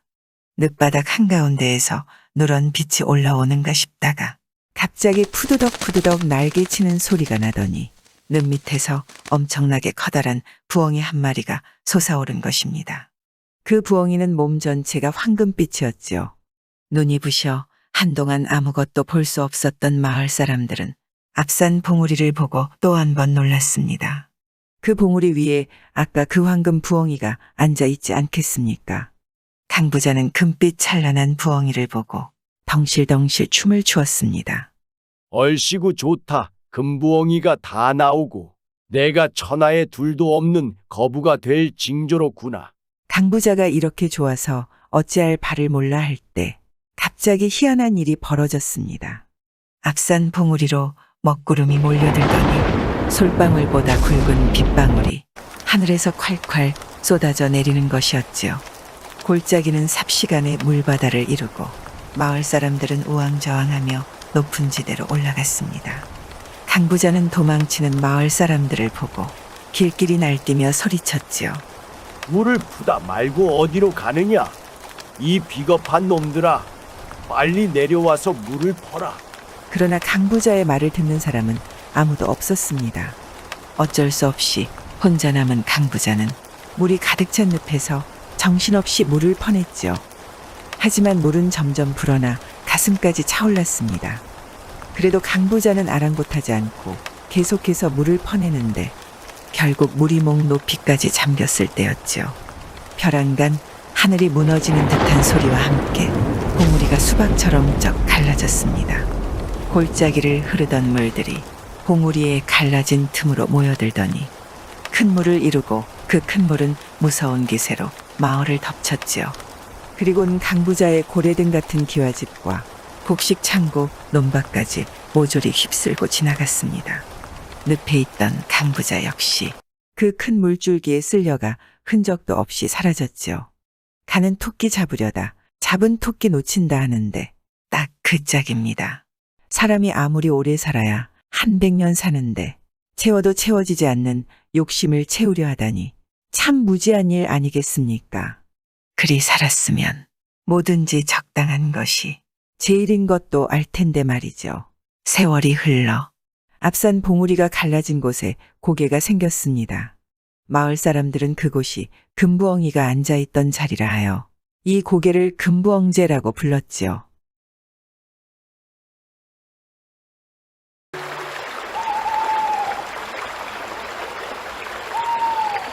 옛날 옛적 어느 강변 마을에 사는 가난한 총각이 어렵게 장가를 들었습니다. 총각은 가진 것 없는 집안에서 태어났으나 성실하게 열심히 살았더니 그 모습을 본 어느 집에서 믿고 사위를 삼은 것이죠. 그러니 마을 사람들은 착하고 성실한 총각에게 복이 내렸다며 모두들 축하해 주었습니다.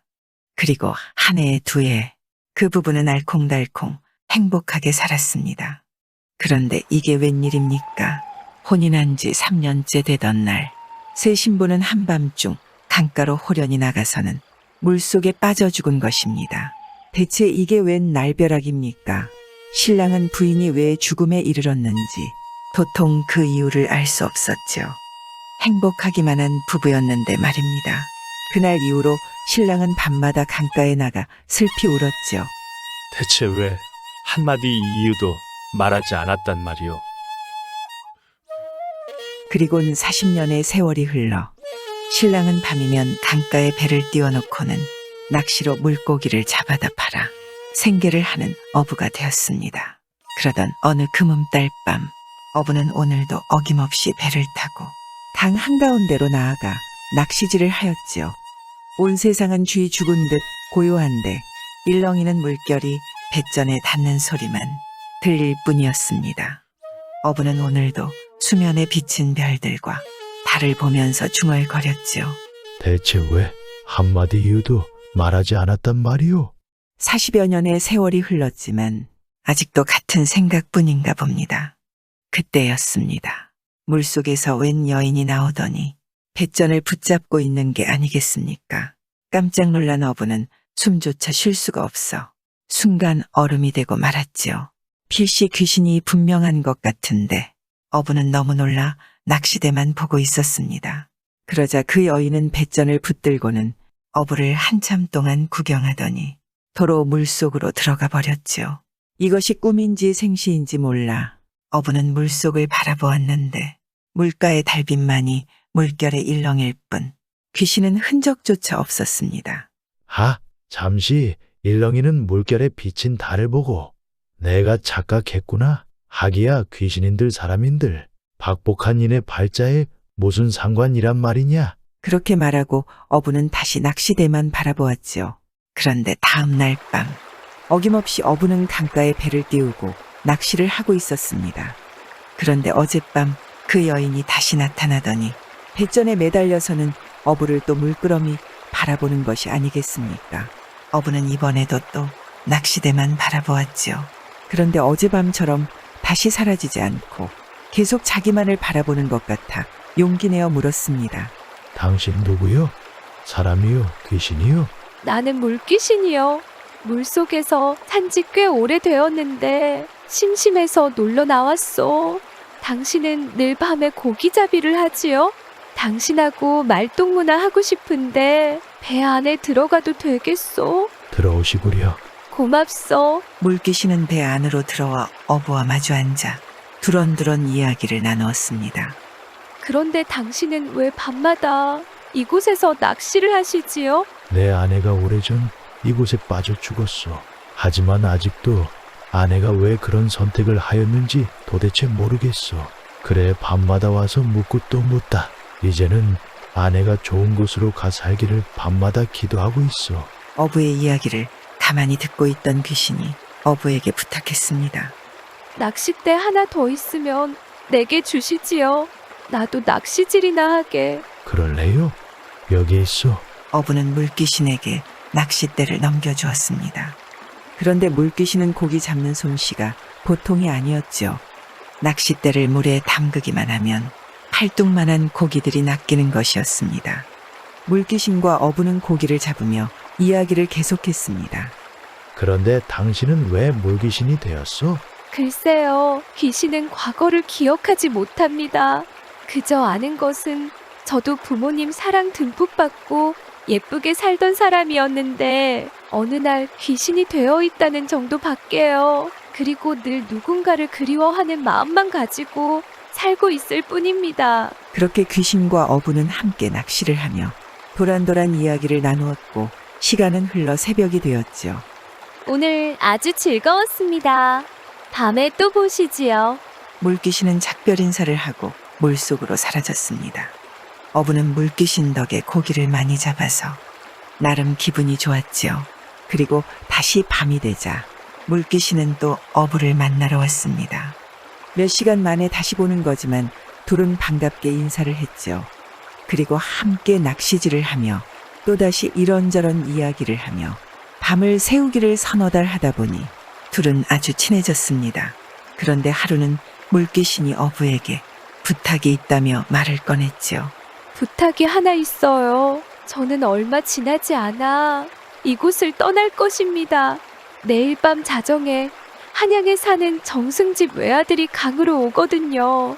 그때 그 사람을 물에 빠뜨려 잡아먹어야 해요. 그래야 제가 좋은 데로 가거든요. 내일 밤에는 낚시질을 하러 오지 마세요. 어부는 물귀신과 단단히 약조하고 내일 밤에는 강으로 나가지 말아야겠다고 마음먹었죠. 하지만 다음 날 밤 어부가 가만히 집에 앉아 있자니 물귀신이 말한 한양의 정승집 외아들이 생각났습니다. 남의 집 귀한 자식이 죽게 생겼구나. 이리 안타까운 일이. 어부는 자정이 가까워질수록 집안에 편안히 앉아 있을 수가 없었죠. 그래 안 되겠다 싶어 집에서 뛰쳐나와 강가로 갔습니다. 그리고 강 주변을 살펴보니 마침 웬 젊은이 한 사람이 땀을 뻘뻘 흘리며 강가로 달려오고 있는 것을 발견했지요. 아이고, 저 사람이 한양에 사는 정승집 외아들이로구나. 달려오는 사내는 마치 정신이 나간 사람 같아 보였죠. 어부는 달려가 젊은이를 붙잡고 소리쳤습니다. 이봐요, 정신 차려요. 제발 정신 좀 차려요. 어부가 소리치는 것을 듣고 정신이 들었는지 젊은이는 어부를 멀뚱히 쳐다보다 그 자리에 쓰러졌지요. 어부는 젊은이를 둘러엎고 집으로 데려와 따뜻한 아랫목에 눕혀놓았습니다.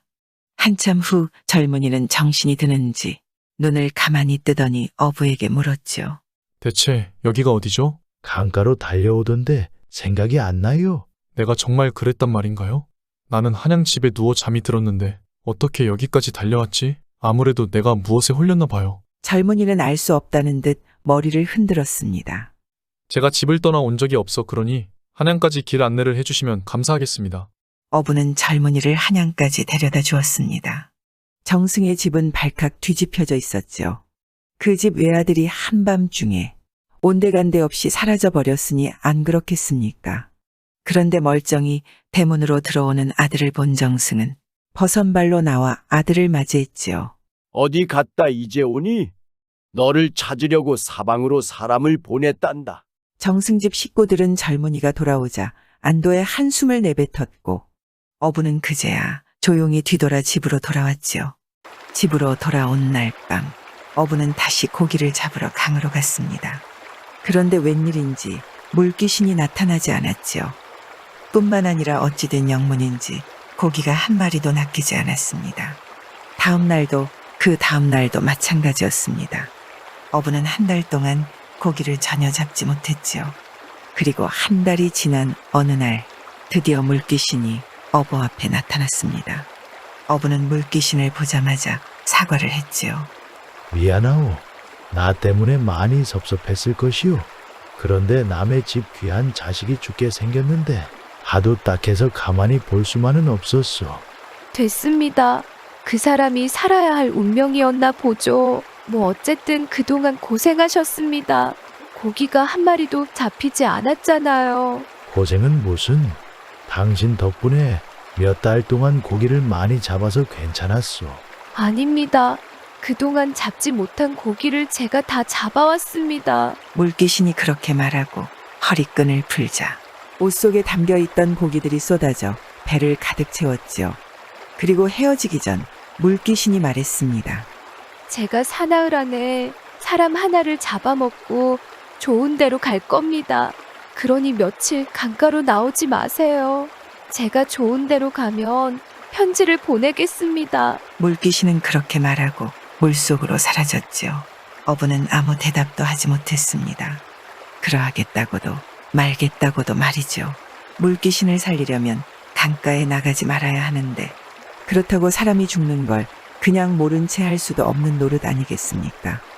날이 밝고 또 어두운 밤이 되었습니다. 어부는 오늘은 강가에 배를 띄우지 않았지요. 한쪽 편에서 아무 말 없이 강 주변만 바라보았습니다. 그러면서 아무도 강으로 오지 않길 기도하고 또 기도하고 강가에서 밤을 지새워야 했지요. 그러던 어느 날 저녁 어부는 낚시대를 들고 강가로 나가려는데 마을 사람 하나가 부르지 않겠습니까? 어르신, 오늘은 강가에 나가시지 않는 게 좋을 듯합니다. 아니, 그게 무슨 소리인가? 오늘 아침에 강에 사람이 하나 빠졌다는데 관아에 사람들이 와서는 온종일 시신을 찾느라 난리입니다.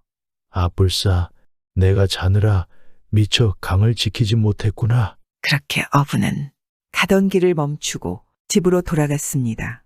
그로부터 몇 달이 흘렀지요. 그날 저녁도 어부는 고기를 잡으러 낚시대를 들고 집을 나서려는데 대문 앞에 웬 편지 봉투가 떨어져 있지 않겠습니까? 어부가 가만히 편지를 주어서 편지를 열어보니 물귀신에게 온 편지가 아니겠습니까? 편지에서 물귀신은 자기가 사는 곳을 알려주며 꼭 찾아오라고 했지요. 어부는 편지를 읽자마자 짐을 싸 물귀신이 산다는 곳을 향해 길을 나섰습니다. 물귀신이 알려준 곳은 높은 고개를 2개나 넘고 넓은 물을 건너서 깊은 산중으로 들어가야만 하는 곳이었습니다. 어부는 그렇게 몇 날 며칠을 걸어 마침내 물귀신이 산다는 곳에 도착하였는데 깊은 산중에 고래등 같은 기와집인데 많은 하인들을 거느리고 사는 집이었지요. 어부가 찾아오자 물귀신은 버선발로 달려나왔습니다. 그런데 이게 웬일입니까? 어디서 본 듯한 여인이 비단 옷을 입고 달려오는데 젊은 시절 잃어버렸던 자신의 부인 아니겠습니까? 아니, 이게 어찌된 일이요? 서방님, 이제야 뵙네요. 제가 귀신으로 살 때는 기억을 못하였지만 이제라도 서방님을 알아볼 수 있어 다행입니다. 얼마나 보고 싶었는지 모르오. 그리 가까이 두고도 몰라봤다니 미안하오. 아닙니다. 서방님, 이제라도 이곳에서 함께 행복하게 사시지요. 부인을 잃고 잊지 못하는 그 마음이 하늘에 닿은 것일까요? 어부는 깊은 산중에서 그토록 그리워하던 부인을 다시 만났습니다. 둘은 그렇게 부둥켜 안고 한참을 울었지요.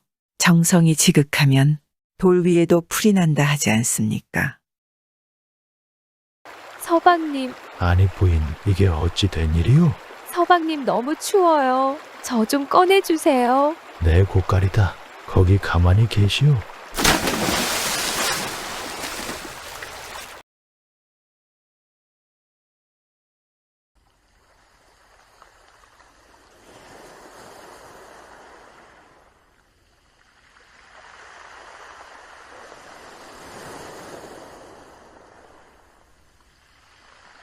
옛날 옛적 어느 바닷가 마을에 고기를 잡아 사는 어부가 있었습니다. 이 어부에게는 아들이 하나 있었는데 이름은 덕수였죠. 덕수는 참 똑똑한 아이였습니다. 어려서부터 제 부모가 하나를 가르쳐주면 열을 알 정도였죠. 하지만 고기를 잡는 덕수의 아버지와 어머니는 그런 덕수가 늘 안타까웠습니다. 저리 똑똑한 아이가 하필이면 고기 잡는 어부의 자식으로 태어나 자신들처럼 일평생 그저 어부로 살 것이 불보듯 뻔한 일이니 안 그렇겠습니까? 하루는 덕수의 아버지가 부인에게 한탄스럽게 얘기했죠. 여보, 난 고기를 잡는 어부요. 상놈이란 말이오. 하지만 내 자식은 차마 나처럼 살라고 할 수는 없소.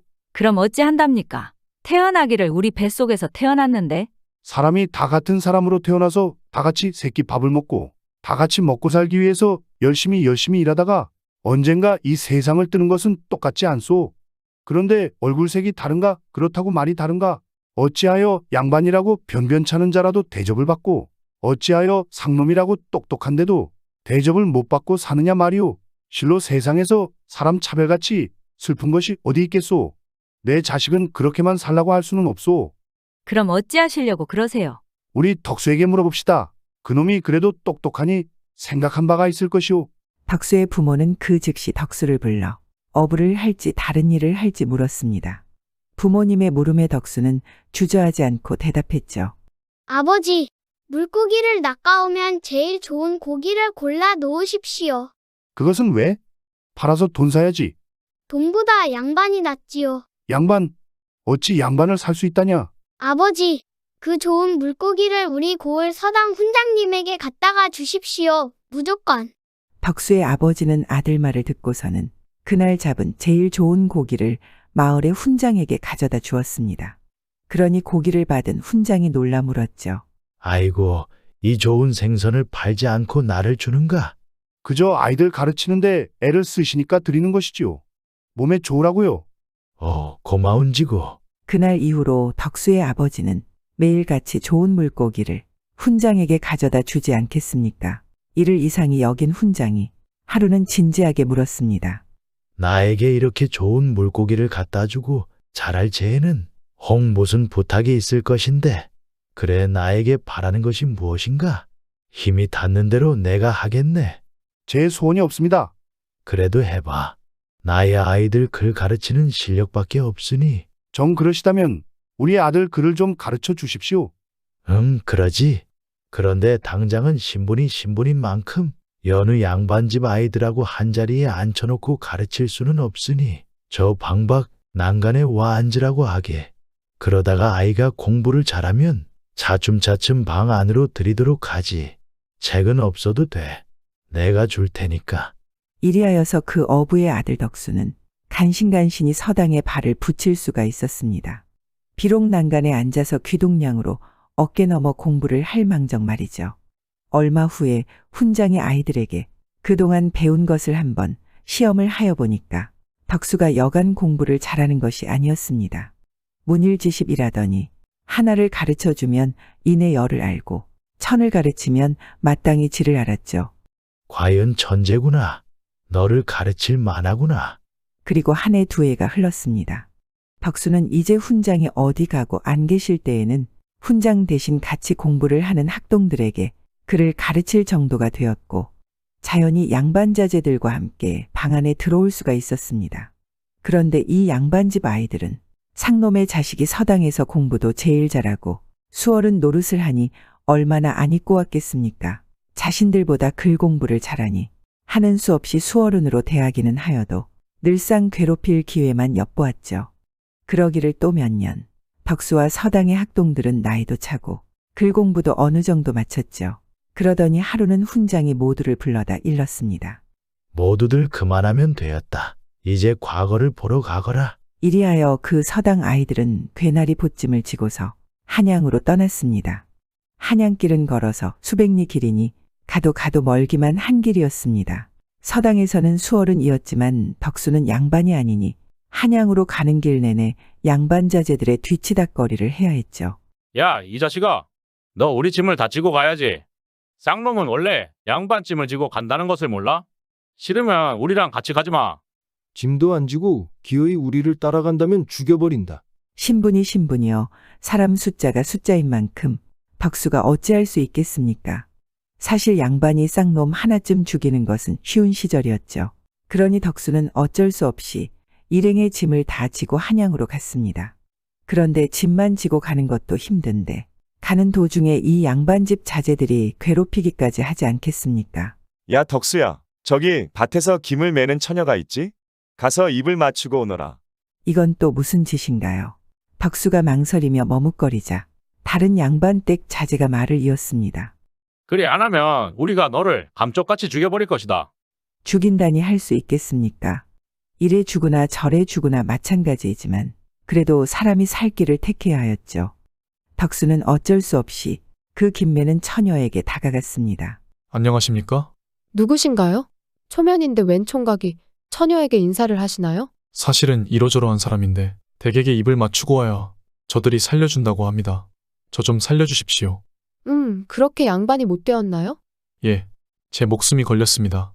이 세상에 목숨보다 귀한 것이 어디 있으리까? 어서 제 입을 맞추십시오.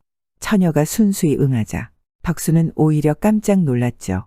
어찌 제가 감히 제 청을 그리 쉽게 들어주시나요? 도령을 살리자는 것이지요. 고맙습니다. 덕수가 처녀와 그렇게 입을 맞추었습니다. 덕수는 처녀에게 몇 번이고 고맙다 말하고 돌아섰죠. 그런데 처녀가 갑자기 덕수를 불러서는 속적삼을 벗어주는 것이 아니겠습니까? 이것을 왜 주시는 것이지요? 반드시 저 사람들은 우리가 입을 맞추었다는 것을 믿지 아니할 것입니다. 그러니 제 속 적삼을 보여주어야 믿을 것입니다. 덕수는 처녀의 마음씨에 감격의 눈물을 흘리면서 돌아갔죠. 그리고는 못된 양반자제들에게 가서 말했습니다. 보았지? 너희들이 시킨 대로 내가 저 처녀와 입을 맞추었다. 못 봤어. 우리는 못 봤다고 멀리 있어서 안 보이던데. 그저 가까이 가서 몇 마디 말만 한 것 같은데. 그러니 넌 우리 손에 죽어야 돼.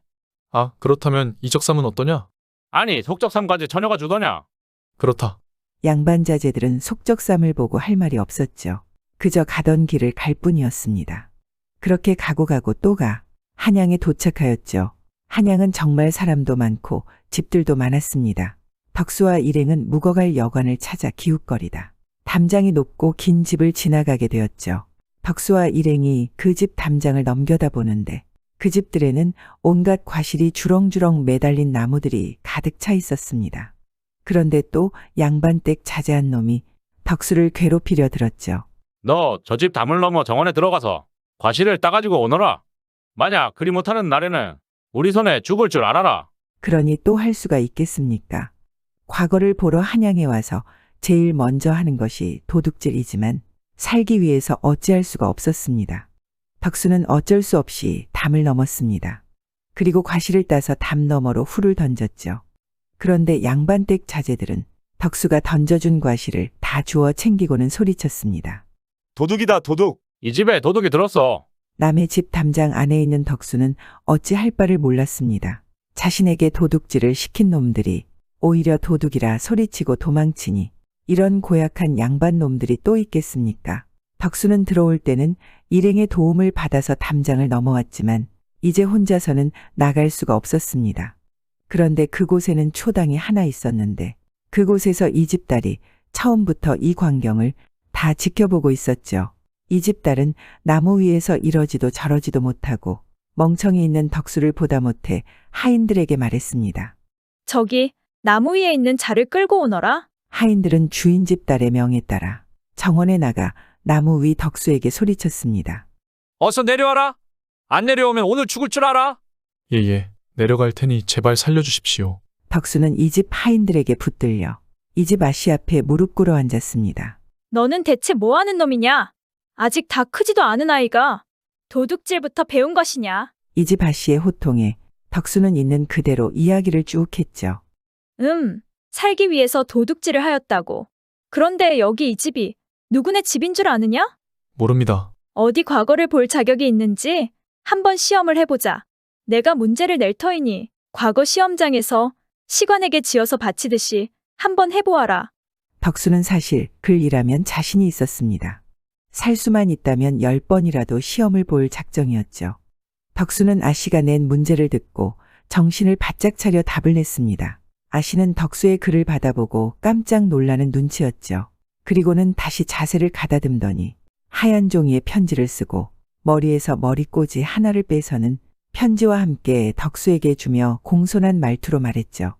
양반이 아닌 양인으로서 과거를 보는 것이 원칙적으로 가능은 하나 이 추천서가 필요할 것입니다. 더불어 이 머리꼬지를 가지고 과장에서 제일 위에 앉은 상시관에게 갖다가 바치시면 무사히 시험을 치를 수 있을 것입니다.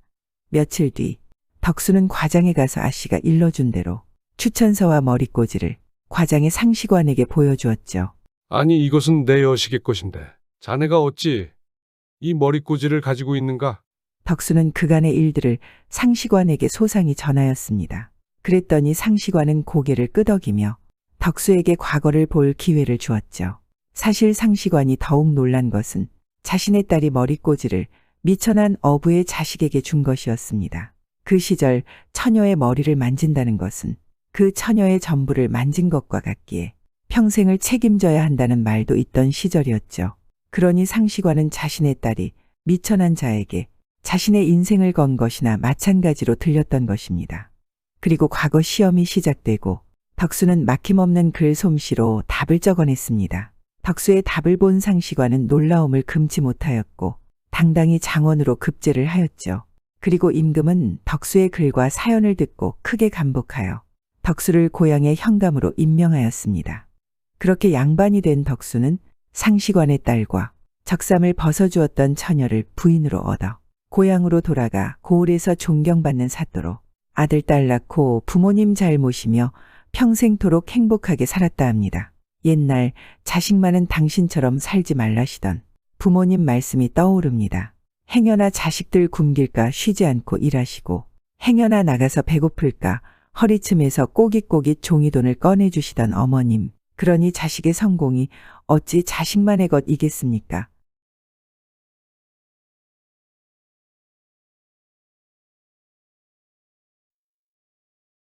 옛날 옛적 어느 마을에 한호라는 총각이 있었습니다. 한호는 어려서 부모님을 여의고 부잣집에서 머슴일을 하며 살았죠. 더러는 부모 없이 자라 배운 게 없다 욕하지만 한호는 그래도 참 성실하고 착한 청년이었습니다. 부잣집에서 일하며 세경으로 쌀을 50섬이나 모았으니 조금만 더 모으면 자신도 장가가 가정을 일구고 살 수 있겠다 싶었죠. 사실 한호는 마음에 품은 처자가 있었습니다. 마을 어귀에 사는 정순이라는 처녀였죠. 정순은 딸만 7인 집의 셋째 딸로 그 집 딸들 중에 가장 예쁘고 착하여 주변에서 탐내는 사내들이 많았지만 이미 성실하고 착한 한호에게 마음을 주었으니 모두들 한호를 부럽게 생각했죠. 그런데 정순의 집은 찢어지게 가난했습니다.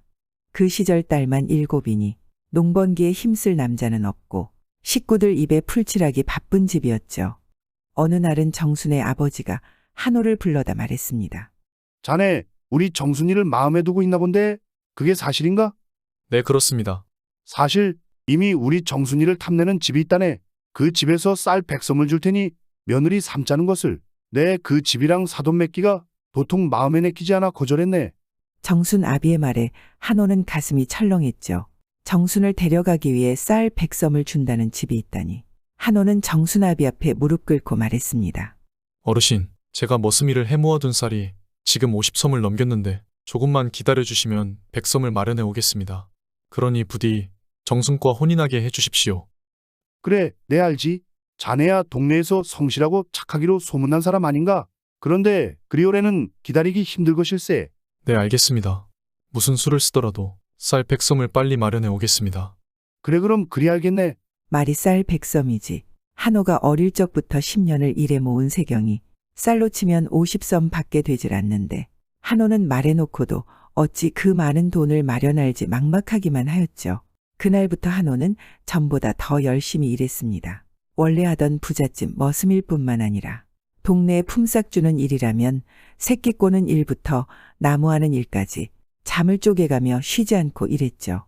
그렇게 일하니 어찌 몸이 배견하겠습니까? 하루는 부잣집 창고에서 쌀자루를 옮기다 그만 쓰러지고 말았습니다. 함께 일하던 머슴들이 놀라 한호를 업어다 방에 눕히고는 말했죠. 아니, 돈독이 올라도 정도껏이지. 그렇게 밤낮으로 일하다가는 죽을 것이야. 한호야, 요새 왜 이래? 이래 미친 사람처럼. 돈을 더 벌어야 합니다. 그래야 정순이와 혼인할 수 있어요. 아이고 미치겠네. 한호 너 정말 정순아비 말을 믿는 것이야? 그 사람은 한호 내가 설령쌀 100섬을 마련해가도 금세 말을 바꾸리인이라고 내 몇 번을 얘기하냐? 사실이 그랬습니다. 정순의 아비는 한호에게 쌀 100섬을 가져오면 딸을 주겠다 하였지만 이웃 고을의 최진사가 정순을 첩으로 삼고 싶어해 최진사와 한호 둘 사이에서 줄다리기를 하고 있었죠. 그러한 사실을 알 턱이 없는 한호는 자신의 몸도 돌보지 않고 저리 미련하게 일만 하다 쓰러졌으니 이 얼마나 답답한 노릇입니까? 그래도 한호는 포기하지 않고 쌀 100섬 값을 마련하기 위해 더욱더 일만 했죠. 그러다 한호가 머슴으로 얹혀 사는 부잣집의 마님도 이 사실을 알게 되었습니다. 한호야, 네, 마님. 대체 돈이 얼마나 필요하기에 그리 악바리처럼 일만 하는 것이냐? 한호는 아무 대답도 못하고 그저 눈물만 쏟아냈죠. 그토록 죽도록 일만 했는데 100섬 값은커녕 자신이 10년간 일해 모아둔 세경까지 모두 합쳐야 이제 쌀값으로 쳐도 60섬도 안 되는 돈만 모았으니 얼마나 실망이 컸겠습니까? 한호는 주인마님에게 있는 그대로를 털어놓았습니다. 그래, 한호야. 내가 어려서 우리 집으로 들어와 일한 지 벌써 10년이 넘었구나. 그렇게 열심히 일했는데 그동안 모은 세경으로는 장가도 못 간다니. 나 또한 마음이 아프구나. 내가 쌀 100섬 값을 채워줄 테니 걱정 말고 어서 장가갈 준비를 하거라. 한호는 주인마님의 말에 뛸 듯이 기뻤습니다. 이마가 땅에 박히도록 주인마님에게 고맙다 절하고 서둘러 정순네 집으로 뛰어가서는 제일 먼저 정순을 목 놓아 불렀죠. 정순아, 이제 다 되었다. 정순아 어디 있니? 어서 나와보거라. 그런데 목 놓아 부르는 정순은 온데간데 없고 정순의 아비만 방문을 열고 나왔죠. 아니 어느 놈이 혼인한 부녀자의 이름을 함부로 막 부르고 그러는 거야. 혼인이라고요? 대체 그게 무슨 말씀이세요? 그래, 우리 정순이는 며칠 전에 최진사의 작은 댁으로 들어갔으니 더는 찾아오지 말게. 아, 이게 무슨 청천벽력 같은 소리인가요? 그랬습니다. 정순의 아비는 최진사와 한호 사이에서 줄다리기를 하다 논밭 몇마지기에 딸 정순을 최진사의 첩으로 보낸 것이죠. 한호는 두 다리에 힘이 빠져 그 자리에 털썩 주저앉았죠. 너무 서운해 말게. 내 분명 자네에게 오래 기다릴 수 없다고 하지 않았는가? 정순의 아비는 그렇게 말하고 문을 닫고 방으로 들어갔습니다. 한호는 그런 정순의 아비가 미운 것보다 자신이 너무 늦게 왔다는 생각에 스스로를 자책하는 마음이 더 컸죠. 그래 동산 위에 올라 큰 나무 아래 기대어 앉아 가슴을 치며 한없이 눈물만 흘렸습니다. 이 못난 놈아, 일이 못났으니 그토록 마음에 품은 여인도 한번 붙잡지 못하고 다른 사람에게 떠나보내지. 이 못난 놈아. 그날 이후로 한호는 넋이 나간 사람처럼 초점 없는 눈으로 온종일 방에만 틀어박혀 있다.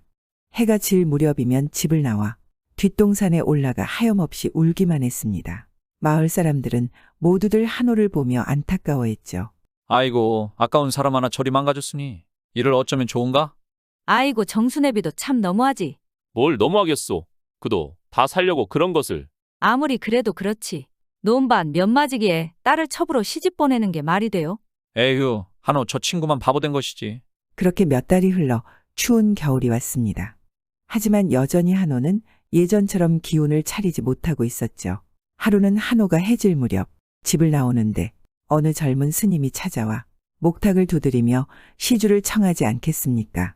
삶에 아무런 의욕도 없던 한호가 그 스님에게 물었습니다. 스님께서도 소원이 있으신가요? 중이 그 말에 가만히 한호를 살피는데 행색은 틀림없이 이 집 머슴 같은데 뜬금없이 소원이 있냐 물으니 중은 조금 어이가 없었죠. 그래도 묻는 말에 대답을 해야겠기에 이야기를 꺼냈습니다. 내게도 소원이 있소이다. 그게 무엇입니까?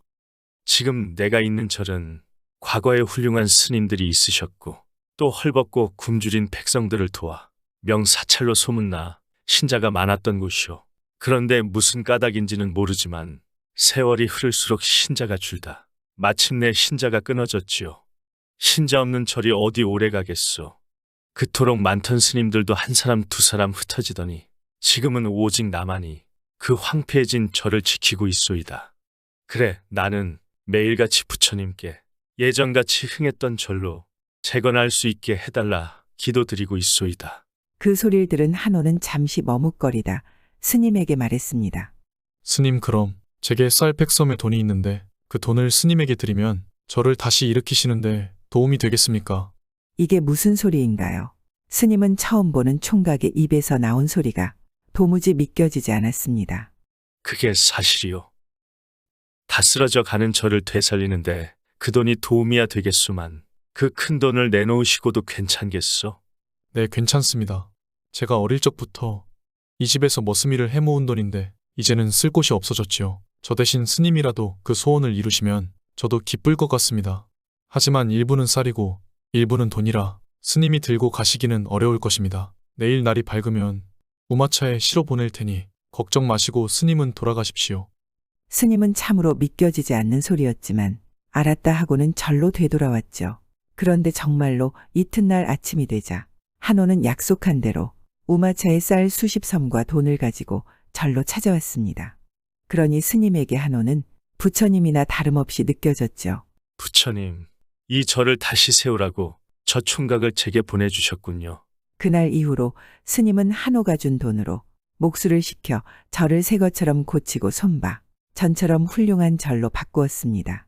이 소문이 널리 퍼져 신도들이 하나 둘 모이고 사방에서 스님들이 모여들더니 절은 전과 같이 신자들이 북적대고 불경회는 소리로 가득하게 되었죠. 그러던 어느 날 아침 이 스님이 새벽 기도를 마치고 마을 쪽을 내려다보는데 웬 사람들이 어른 아이 할 것 없이 손에는 몽둥이를 하나씩 들고 오는 것이 보였습니다. 스님은 뭔가 일이 잘못되었음을 직감했죠. 그래 가만히 다가오는 사람들을 쳐다보고 있는데 사람들이 외쳤습니다. 저중을 때려 죽여라. 아니 저 절부터 때려 부수자. 사람들이 외치는 소리에 스님은 깜짝 놀라 물었죠. 대체 이것이 무슨 소란이요? 내가 무엇을 잘못했길래 다들 이렇게 몰려온 것이요? 그러자 맨 앞에 있던 사람이 몽둥이를 축혀 올리며 말했죠. 이 거짓 땡중놈아, 지금 와서 무슨 변명을 내까려? 당장 이 사기 땡중놈을 때려 죽입시다. 성난 사람들은 흥분을 가라앉히질 못하고 이 스님에게 달려들었죠. 그러자 스님은 두 손을 번쩍 들고 말했습니다. 잠시만 참으시오. 대체 무슨 까닭으로 이러십니까? 내가 맞아 죽을 짓을 했으면 당장 내 몸을 내던지겠습니다. 그러나 까닭은 알아야 하지 않습니까? 그러자 아까 그 사내가 다시 나서서 말했죠. 당신은 사기를 쳤소? 우리 마을 젊은이의 전 재산을 가로챘으니 대체 사기가 아니고 뭐란 말이오? 그제야 스님은 일이 어찌 된 건지 조금은 알 수 있었습니다. 그것은 그 젊은이가 부처님께 보시를 한 것이요. 불당이 무너지는 것을 막고 다시 수리하기 위해서 적선한 것이란 말이요. 좋소? 만일 그렇다면 왜? 부처는 그렇게 좋은 일을 한 젊은이의 발을 간밤에 호랑이가 잘라먹는데도 가만히 놔둔 것이오? 이것이 사기친 것이 아니면 뭐란 말이오? 그제야 마을 사람들이 성난 까닭을 알게 된 스님은 용기를 내어 마을 사람에게 사정했죠. 여러분의 기분은 잘 알겠습니다. 내가 책임을 지고 불구가 된 그를 절에 데리고 와서 일생을 돌봐줄 것이니 그만들 물러가 주시오. 성난 마을 사람들도 화가 치밀어 절로 쫓아왔지만 스님이 그리 말하니 다시 화를 사그라뜨리고 물었습니다. 그럼 한호를 일생 동안 먹여 살리겠다고 부처님께 맹세하시겠소? 내 부처님 앞에 반드시 그리하겠다. 맹세하겠소. 그러니 모두들 이제 진정하시고 돌아들 가시오. 그리하여 한쪽 발을 잃은 한호는 이튿날 아침 절로 옮겨졌습니다. 스님은 한호를 지극정성으로 간호하고 또 돌봐주었죠. 그리고 얼마간은 한호의 몸도 나아지고 기운도 차리는 듯 했습니다. 그런데 이게 웬일입니까? 어느 날 밤 큰 호랑이가 절로 들어와 한호를 물어간 것입니다. 스님은 대경실색하여 한호를 찾아 깊은 산을 이잡듯 뒤졌지만 한호는 흔적조차 찾을 수 없었죠. 이번만은 스님도 어쩔 수가 없이 마을 사람들에게 맞아 죽을 것은 뻔한 노루산이겠습니까? 뿐만 아니라 절도 다시 황폐화될 것 같았습니다. 스님은 부처님이 몹시도 미웠죠. 그토록 기도하고 공을 들였건만 조금이라도 자신을 도와주었으면 이런 일은 벌어지지 않았을 것인데 모든 원망은 부처님을 향했죠. 새벽이 되자 스님은 손에 도끼를 들고 본당으로 들어갔습니다. 그리고는 손에 든 도끼로 불상을 힘껏 내려쳤죠. 도끼는 불상의 가슴팍에 깊이 박혀 빠지질 않았습니다. 스님은 불상에 박힌 도끼를 그대로 둔 채로 기름을 붓고 불을 지폈죠. 스님은 그 길로 뒤도 돌아보지 않고 그 절을 떠났습니다. 그리고 20여 년의 세월이 흘렀으니 강산도 2번이나 변했지 않겠습니까? 강원도 어느 마을에 한 사또가 있었죠. 그런데 사또는 슬하에 자식 하나 두질 못하다가 겨우 환갑이 다 되어서야 간신히 아들 하나를 얻었으니 금지옥엽도 이런 금지옥엽이 있겠습니까? 하지만 이 아이에게는 문제가 하나 있었는데 태어나서부터 주먹을 펴지 않는 것이었죠. 사또는 갖은 방법을 다 동원해 아이의 주먹을 펴려 했지만 도무지 주먹은 펴지지 않았습니다. 그러다 우연히 설악산 깊은 곳에 유명한 중이 수도를 하고 있다 듣고는 이방에게 즉시 그 중을 데려오라고 명하였습니다. 내 나이 환갑에 겨우 대를 이을 아들을 얻었는데 이름을 잘 지어야 하지 않겠느냐. 그 유명하다는 중에게 우리 아들 이름을 좀 부탁해야겠으니 어서 가서 데리고 오너라. 사또의 명에 이방이 나졸들을 이끌고 설악산 깊은 곳으로 들어가 사방을 두루 찾아 겨우 한 노승을 발견하여 마을까지 모시고 왔습니다. 사또는 노승을 보자 인사를 하고 방으로 모셔 마주 앉았죠. 실은 내 나이 60이 되어 겨우 한 아들을 얻었습니다.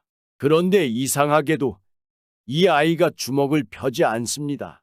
지금까지 한 번도 주먹을 편 적이 없습니다. 아무리 힘으로 펴려고 해도 소용이 없었으니 답답한 마음에 이렇게 스님을 모시게 되었습니다. 혹여 스님께서는 왜 그런지 아시겠습니까? 어디 한번 그 아이를 볼 수 있을까요? 사또가 유모에게 일러 아이를 데려오라 말하자 잠시 후 유모가 그 아이를 안고 방으로 들어왔죠. 노승이 그 아이를 보는 순간 그 아이의 얼굴이 20년 전 쌀 100섬의 값을 보시한 그 젊은이의 얼굴과 꼭 닮았기에 깜짝 놀랐습니다. 이윽고 노승이 경을 외우며 아이의 주먹을 어루만지자 아이는 주먹을 펴기 시작했습니다. 그리고 손바닥에는 한호라는 이름이 새겨 있었죠. 사또, 이 아이의 이름은 필요하지 않습니다. 자기 스스로 이름을 가지고 태어났습니다. 그리고 20살이 되면 나라의 큰 위인이 될 것입니다. 노승은 그 말을 남긴 후 설악산으로 되돌아갔습니다. 그로부터 또 20여 년이 지났습니다. 노승은 이제 연로하여 지팡이가 없으면 걸음조차 제대로 걸을 수 없었죠. 노승은 그 옛날 자신이 불상의 도끼를 꽂고 도망쳤던 그곳에 죽기 전에 꼭 한번 가보고 싶었습니다. 그래서 여장을 갖추고 길을 나섰죠. 수십 일이 지난 후 겨우 마을 어귀에 다다르니 그곳에는 주막이 하나 있었죠. 노승이 그곳에서 쉬어가기로 하고 앉아있는 그때 많은 사람들이 모여 수군거리는 모습을 보고 주모에게 그 까닭을 물었습니다. 스님, 실은 최근에 새 사또가 부임해 왔는데 한 20살쯤 되었을까? 아주 젊은 사또이죠. 그런데 무슨 일이요? 그런데 그 사또가 부임하자마자 이 고을 사람들에게 고을을 위해 원하는 게 있으면 말하라 해서 고을 사람들은 황폐한 절을 다시 일으켜 세워달라고 했었지요. 그러니 사또가 뭐라 하였소? 젊은 사또는 모든 비용은 관비로 충당할 테니 고을 사람들이 품을 제공하겠냐고 물으셨습니다. 그래서 어찌 하기로 했소? 그래 고을 사람들이 좋다고 일을 시작했는데 본당에 있는 부처님이 통 움직이지를 않아서 야단드립니다. 거기에 또 가슴에는 도끼가 꽂혀 있는데 그것도 빠지지 않아 어찌 할 바를 몰라 저리들 수군대고 있는 것 아니겠습니까? 노승은 주막을 나서서 그 절로 향했습니다. 절에는 수많은 군중과 사또도 와 있었죠.